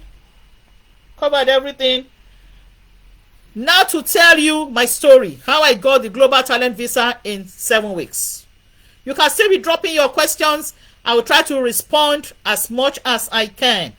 And let me look at the shares. How many people have shared? You are not encouraging me with your share now. Come on, what's going on? And you're asking questions, but you're not sharing. I can only see 5 shares here. What's going on? Encourage me by sharing now. Encourage me by sharing. You guys are not sharing, no. 6 shares. Come on. Encourage me. Now I'm scrolling back and forth. Okay, thank you for the reactions. I can see 20 likes and love. Not bad. I wish I can get 20 shares too. Instead of having 6 shares. Come on, what's going on? Are you not getting value? If you're getting value, then you should share. Sharing is caring, remember? Don't keep this information to yourself. Don't let's be stingy now. Come on. Why are we not sharing? What's going on? What's happening? Is anything the matter? Why are you not sharing? Maybe I should pause the live stream and be asking you, why are we not sharing? The person asking me about valid passport, why are you not sharing?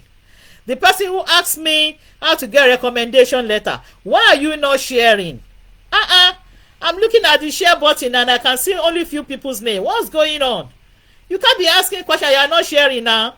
How will you encourage me? Why now? We can do better. We can do better. What's going on? What's going on now? Why are we not sharing? You don't need marital status, my brother. Just get your valid passport. They are not bothered about your change in marital status. Just have a valid passport at the point of applying for this visa. That is what they care about. Whether you are married before, you are now divorced, or you are married and unfortunately you are widowed, nobody cares. They want to just see your valid passport. That's all. Your valid current passport. I can't answer any question about your renewal. Look at your passport, look at the dates, and just go for your renewal. That's it. Whether your status have changed does not matter. What the UK government wants to see is that so and so person's passport is valid. Your marital status is of no concern to anybody. Hear me. Your marital status is of no concern to anybody. What they want to see is that your passport is valid, that your passport is current. Whether you are single, you are married, you are widowed, you are divorced, zero consequences. So don't lay too much emphasis on that. Make sure your passport is valid, pure and simple. Okay? I hope that is correct. The people asking me questions are not even sharing this link, and I'm asking, why now? Why are you not sharing? Okay, my experience. I started my application for the Global Talent Visa mid-May of last year, and I used the peer review routes. Before I started my application, I made sure I have my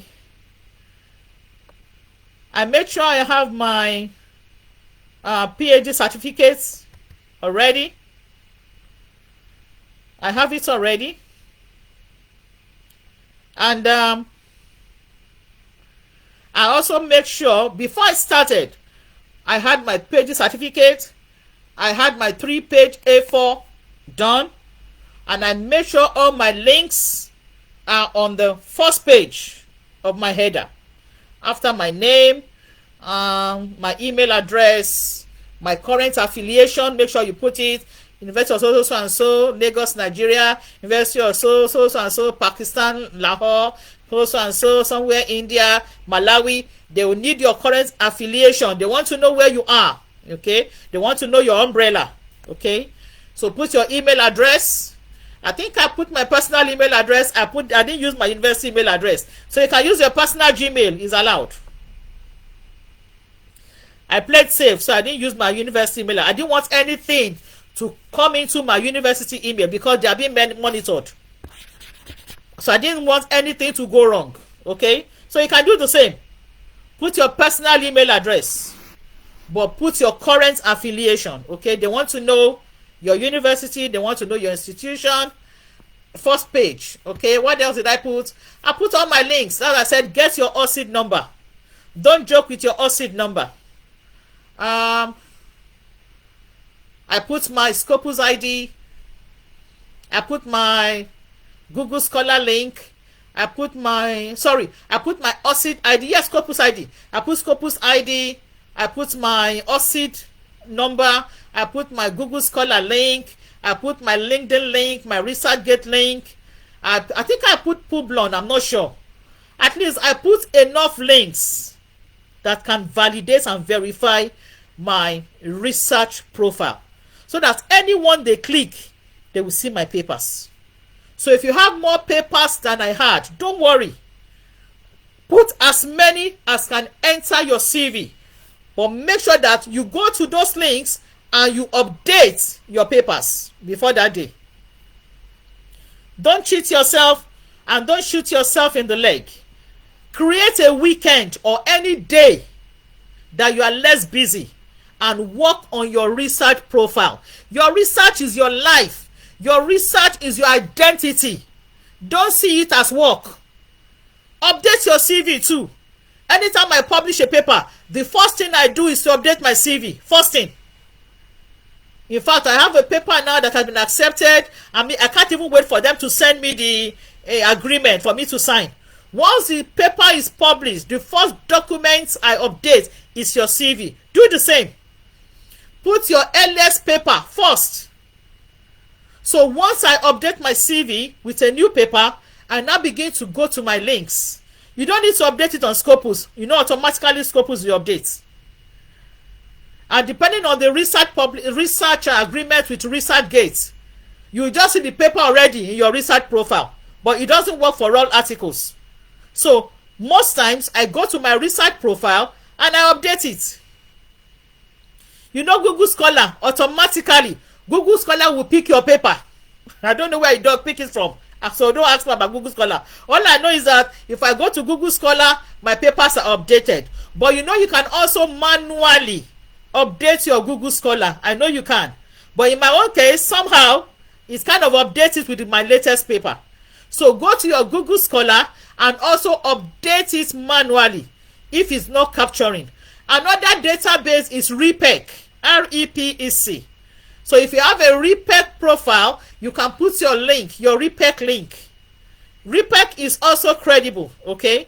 So I just remember, I didn't use REPEC. I didn't use REPEC. So you can put your REPEC link there. Publon. Publon will automatically pull papers from Scopus and Google. No, it will pull papers from Scopus and OSID. So you don't need to manually update Publon, okay? It will pull it. So make sure you have those links updated. Don't get slack about this. The endorser will do due diligence to be sure that this person is actively researching. Okay? So I was able to update all my links. I put enough papers in my CV. You see all those biodata, I just put the basics. I didn't talk too much because I knew the endorser is interested in my publication. That's all. They want to know how many papers does she have. So try to put your recent publications first. 2023, make sure you have all your 2023 first. 2022, next. 2021, 2020. If the 2 pages are filled at the back, nothing can come in. Leave it like that. But make sure that your earliest publications are captured. Don't start from 2010. No. Start from your most recent. I'm talking about your second page and third page because your CV must not be more than 3 pages. It's there. I'm not the one saying it. It's there. I have the link on my page, so go and click on the link. You see the requirements. I'm just emphasizing. 3 pages, A4. Okay. So I had them ready. What else? And like I said, I had my recommendation letters from the 2 recommenders. How did I get the recommendation letters? Now, I got one recommendation letter because I schooled in the UK for my master's 2012. Is it 2012 now? And 2013. No, 2013, 2014. I forgot when I schooled again. 2013. I have my colleague here listening to me. We were in class together. 2013, 2014. And because the condition is that at least the person must be a UK citizen. Eminent or not, me, I don't know. You know. But UK citizen. I schooled in the UK.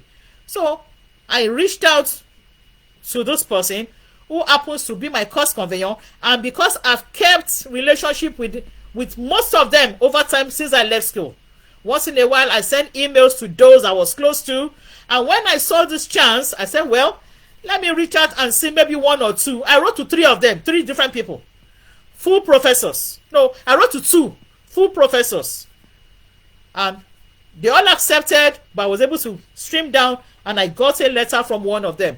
Remember, whether they are eminent or not is up to the British Academy, who is my endorser, to determine. All I know is that these people are professionals and they can identify with my research. They can identify with me as an economist. Whether they are into domestic, development economics, international, honestly, to me, it doesn't matter because my publications covers most of the areas in development economics, agric economics, ICT for development, health economics. I mean, I was everywhere.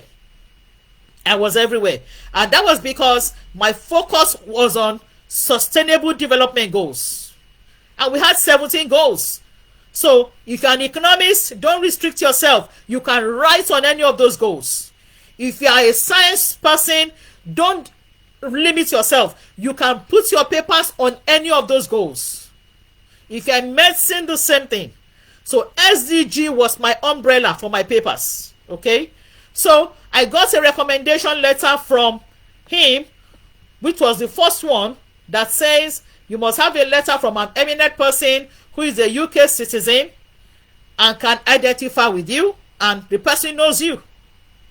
And because I schooled there, It was easy. I mean, they taught me for a year. They taught me for a year, so they knew me.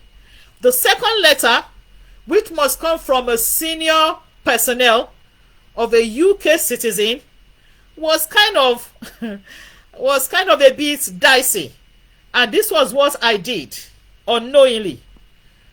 In 2021, I became a member of the Royal Economic Society, RES. I just said to myself, Ngozi, I need to affiliate to a foreign body. I just said to myself one day. So I went online and I typed economic bodies in the UK and America. Because, don't let me deceive you, I've been planning my relocation since 2018. I wrote more than 100 applications. Nobody got back to me.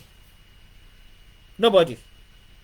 So I was thinking of ways to improve myself, to improve my global visibility, for people to know me, in addition to my work on YouTube channel. I just needed people to know what Ngozi could do. So I said, okay, I observe that what is lacking is that I am not affiliated to any foreign economic body. So I went online and I typed economic bodies in the UK and the US, and several bodies, dropped on my screen, and I saw Royal Economic Society. I just said to myself, this one will be good though. So I clicked on it. I read their profile, I read their what they stand for, policy, and I saw join us. That was what I was looking for. Do they take people? So I clicked on join us. I saw their criteria, I saw their conditions.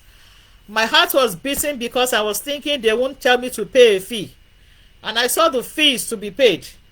And they differentiated it. If you're coming from developed country, from undeveloped country, how much you pay.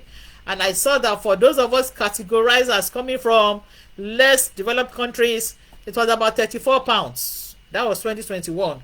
As at that time, exchange rate in Nigeria was still not that bad.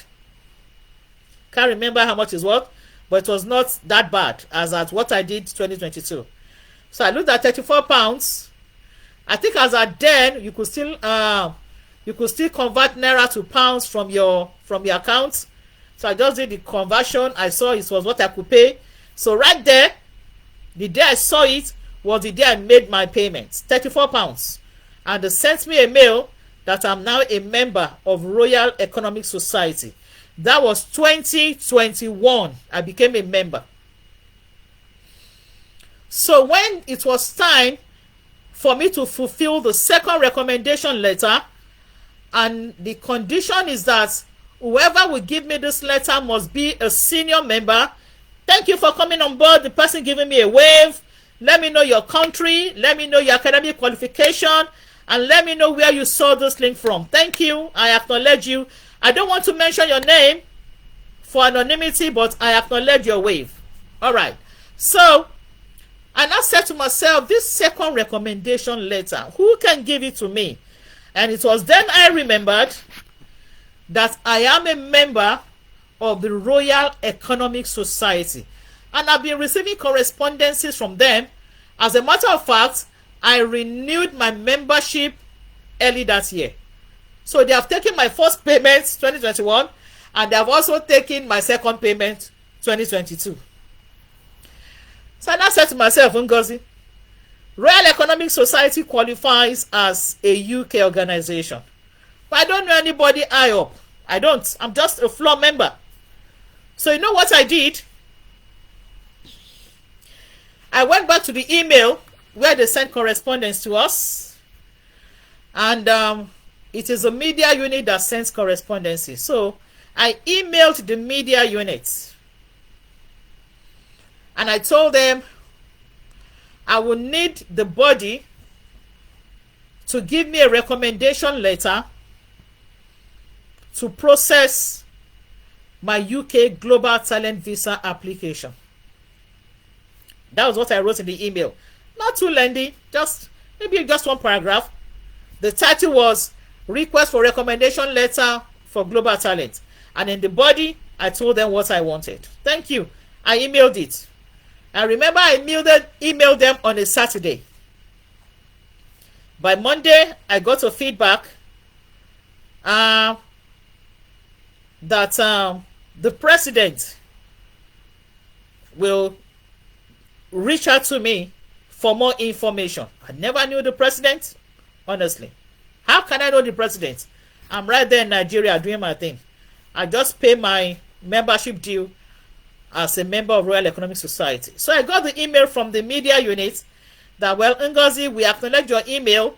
The president of RES will reach out to you for more details. I was very happy. I was very, very happy. I couldn't believe it.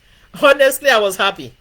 And within a few hours, I got an email from the president of the Royal Economic Society. He introduced himself in the email and asked me again, Ngozi, what exactly do you need this recommendation letter for? And I replied again, and I put the link of the UK.gov visa, the migrant visa link. I put it there. That part of the recommendation for me to process this visa is that I need a recommendation letter from a senior officer of a UK organization. And I put there, and because I'm a due paying member, that is, I pay my dues, and because I'm a due paying member, I feel that the rest should be able to assist me with this letter. Thank you. And before I sent the email, I attached my CV and I said, kindly find attached my CV for your perusal, because it doesn't know me. You that have 14 pages, then my CV was like 10 or 9 to 10 pages. I attached my CV so that he can know who Ngozi is. And you can be rest assured, all my links are on my CV. He doesn't know me. But I need this recommendation letter. So I need to tell him who I am. Apart from the fact that they will check their records to see that Bosede Ngozi Adeleye pays her dues and that she is a member of the Royal Economic Society, I can see a CV. And in the CV, I put my... where did they put them? The people you put in your CV, what did they call them?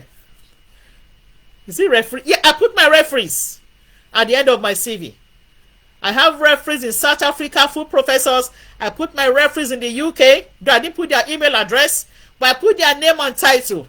And you know, these days, information is not difficult to get. You can put their short names on the internet and you'll see everything about those people. I did that on Monday. And he said, okay, you responded. I've received your email. I'll get back to you latest Wednesday. Honestly, by Wednesday, he sent me recommendation letter. I got a recommendation letter. The second recommendation letter was from the then president of the Royal Economic Society. Once I got that, I was able to raise money to pay the endorsement fee. As at then, it was about maybe 400 and something. Or is it 524? I'm not sure it was 524. Maybe it was. I can't remember. I raised money for the endorsement fee and I sent it. And within 11 days, honestly, I got the endorsements. Within 11 days. The maximum time for the endorsement was 5 weeks. But I got mine in less than 2 weeks. Now, you may not have schooled in the UK. You may not know any lecturer in the UK. The question most of you are asking, how do I get my recommendation letter? And I will still tell you it is easy. How? You can kill two birds with a stone. You can get the two recommendation letters from two or one source. Let me start with the first one. If you didn't school in the UK, but you have publications, and I know that your publications are not sole author. You are not the sole author of all your papers.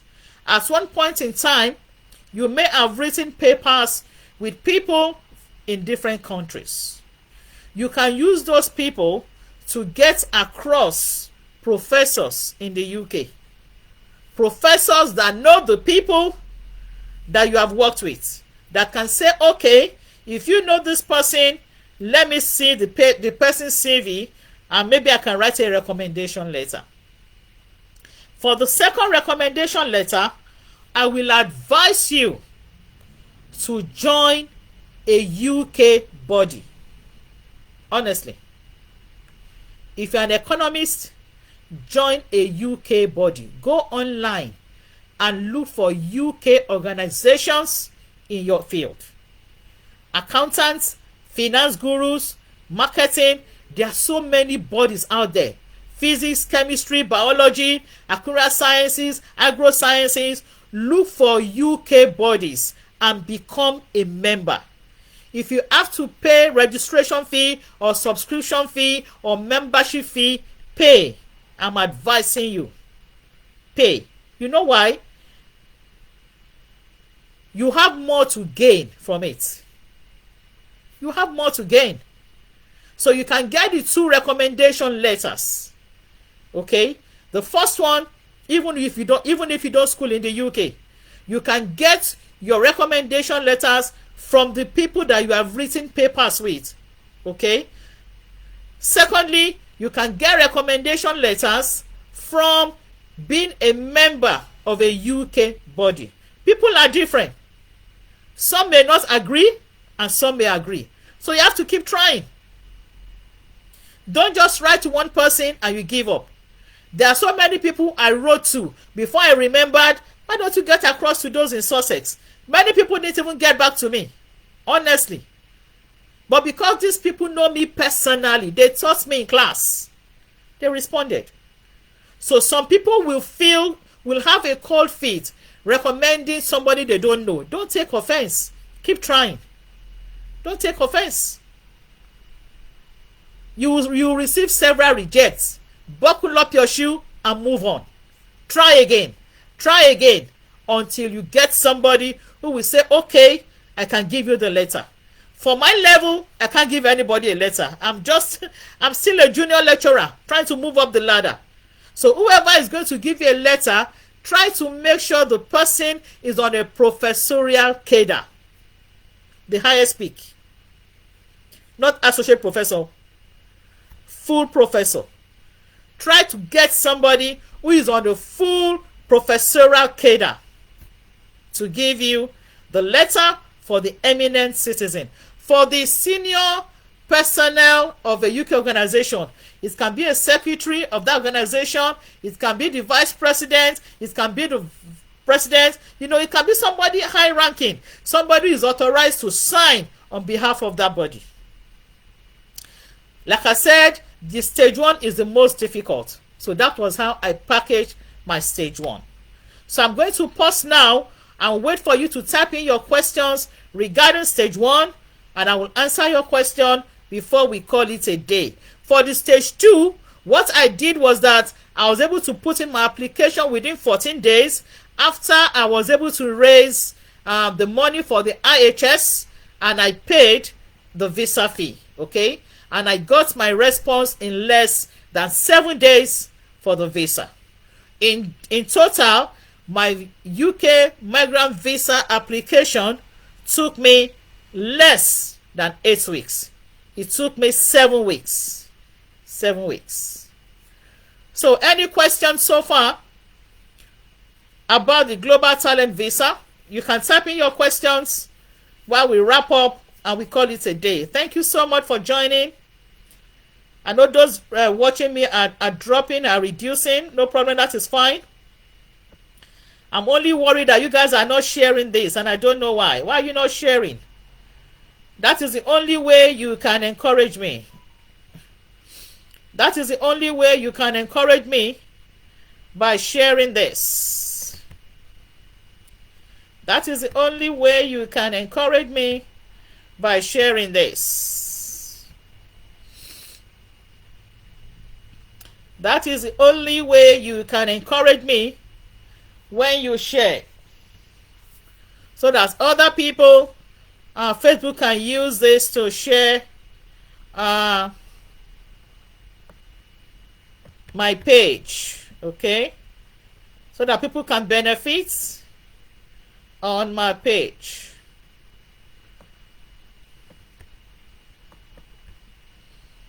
I'm waiting for your questions.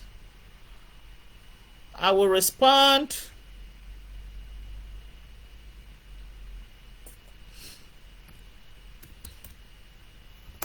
To you.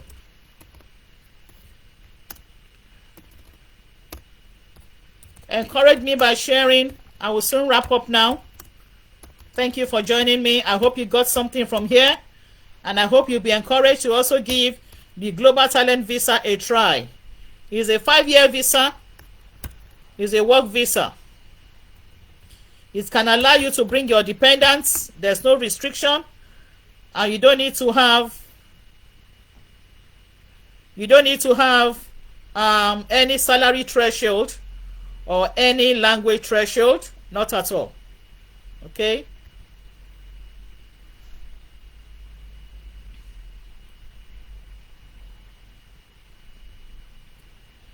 Okay.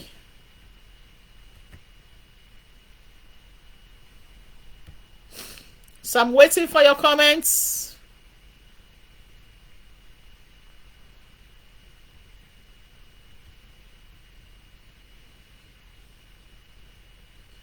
I'm waiting for your comments.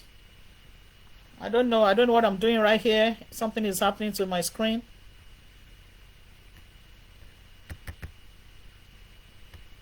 What did I do?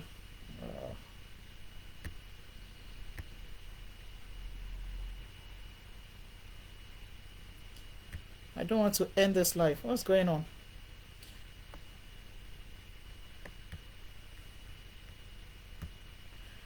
Okay, I can't see you guys again, but I know you're all there.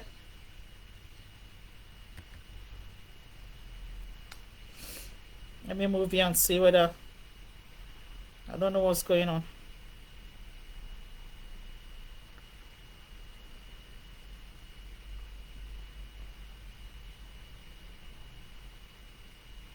Okay, I can see my... I can't see myself on this live screen. Tell yourself, now I know what... I can't see myself on this live screen. Okay. Tell yourself, now I know what... Okay. I can't see myself on this live screen. Okay. Okay, somebody's saying, does the IHS be renewed at the same cost every 5 years? Yes. Every 5 years you want to... Every 5 years you want to renew, you have to pay the IHS.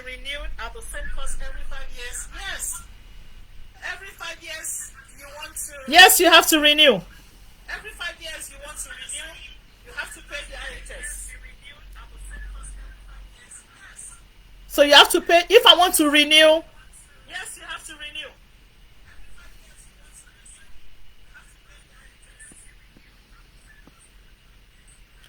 I've messed up my system. If I want to renew, yes, you have to renew. I've messed up my algorithm here. Don't worry. I've messed up my system. If I want to renew, yes, you have to renew. I've messed up my algorithm here.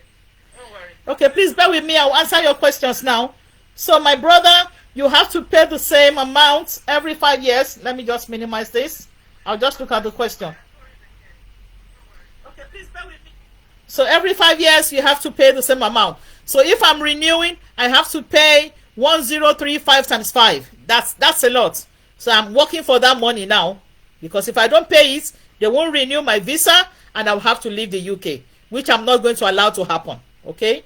Somebody's asking, can one use a senior lecturer as a recommendation, as a recommender, or it must only be a professor? Well, the idea of using a professor is coming from me, not from the UK government or the endorser. But me, I just feel a professor will have more credibility, more recognition than a senior lecturer. You know what it is now? You know the way academia is. They know how to give themselves respect at that level. So they will accord more respect to a full professor than a senior lecturer. And you that wants the Global Talent Visa, please make sure or try to get a professorial recommendation. It's just my opinion. I may be wrong. My opinion. Another question. What is the best way about going about a recommendation letter from a professor? My sister,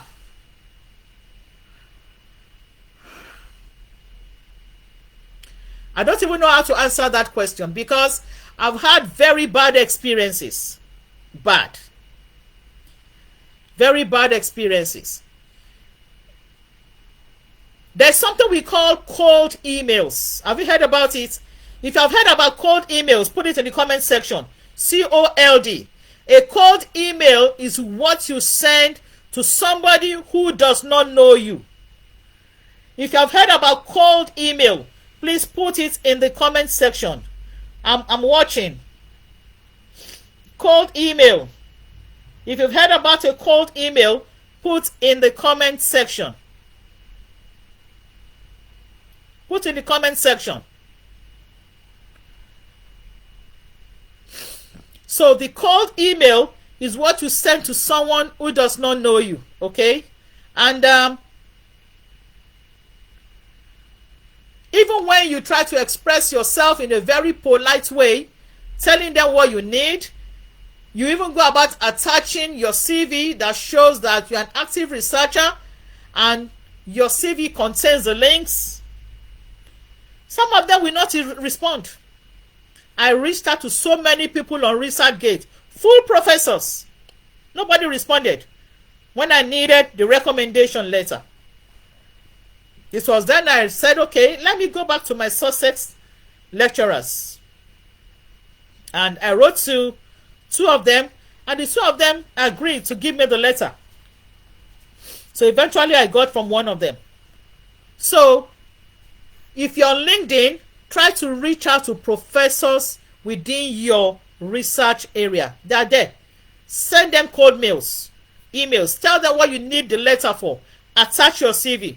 Put your LinkedIn profile, your link. Put your research profile, ResearchGate. Put your OSID number. Just for them to know that I am visible enough for you to at least stick out and give me a recommendation letter. I hope I answered your question, my sis. Okay? Any more questions for me that I've not covered?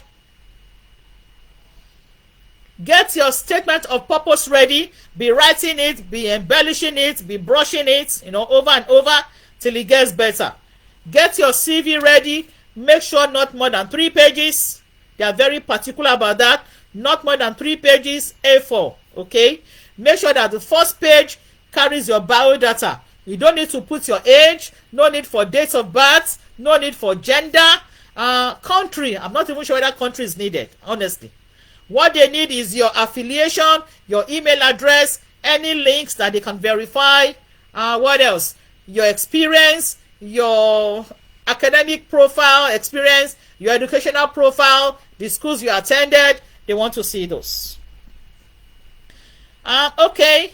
It's been 2 hours, 18 minutes. I want to say thank you for joining this live stream, and I wish you all the best of luck. I've given you all the information that you need and that I have. To the best of my knowledge, I've not hidden any information from you, and that's it. That's it. Thank you for those who shared. Thank you to those who did not share. I don't know why you didn't share, but I appreciate you. Thank you. Try to follow my page, Crunch Queen Space page. Please follow my page.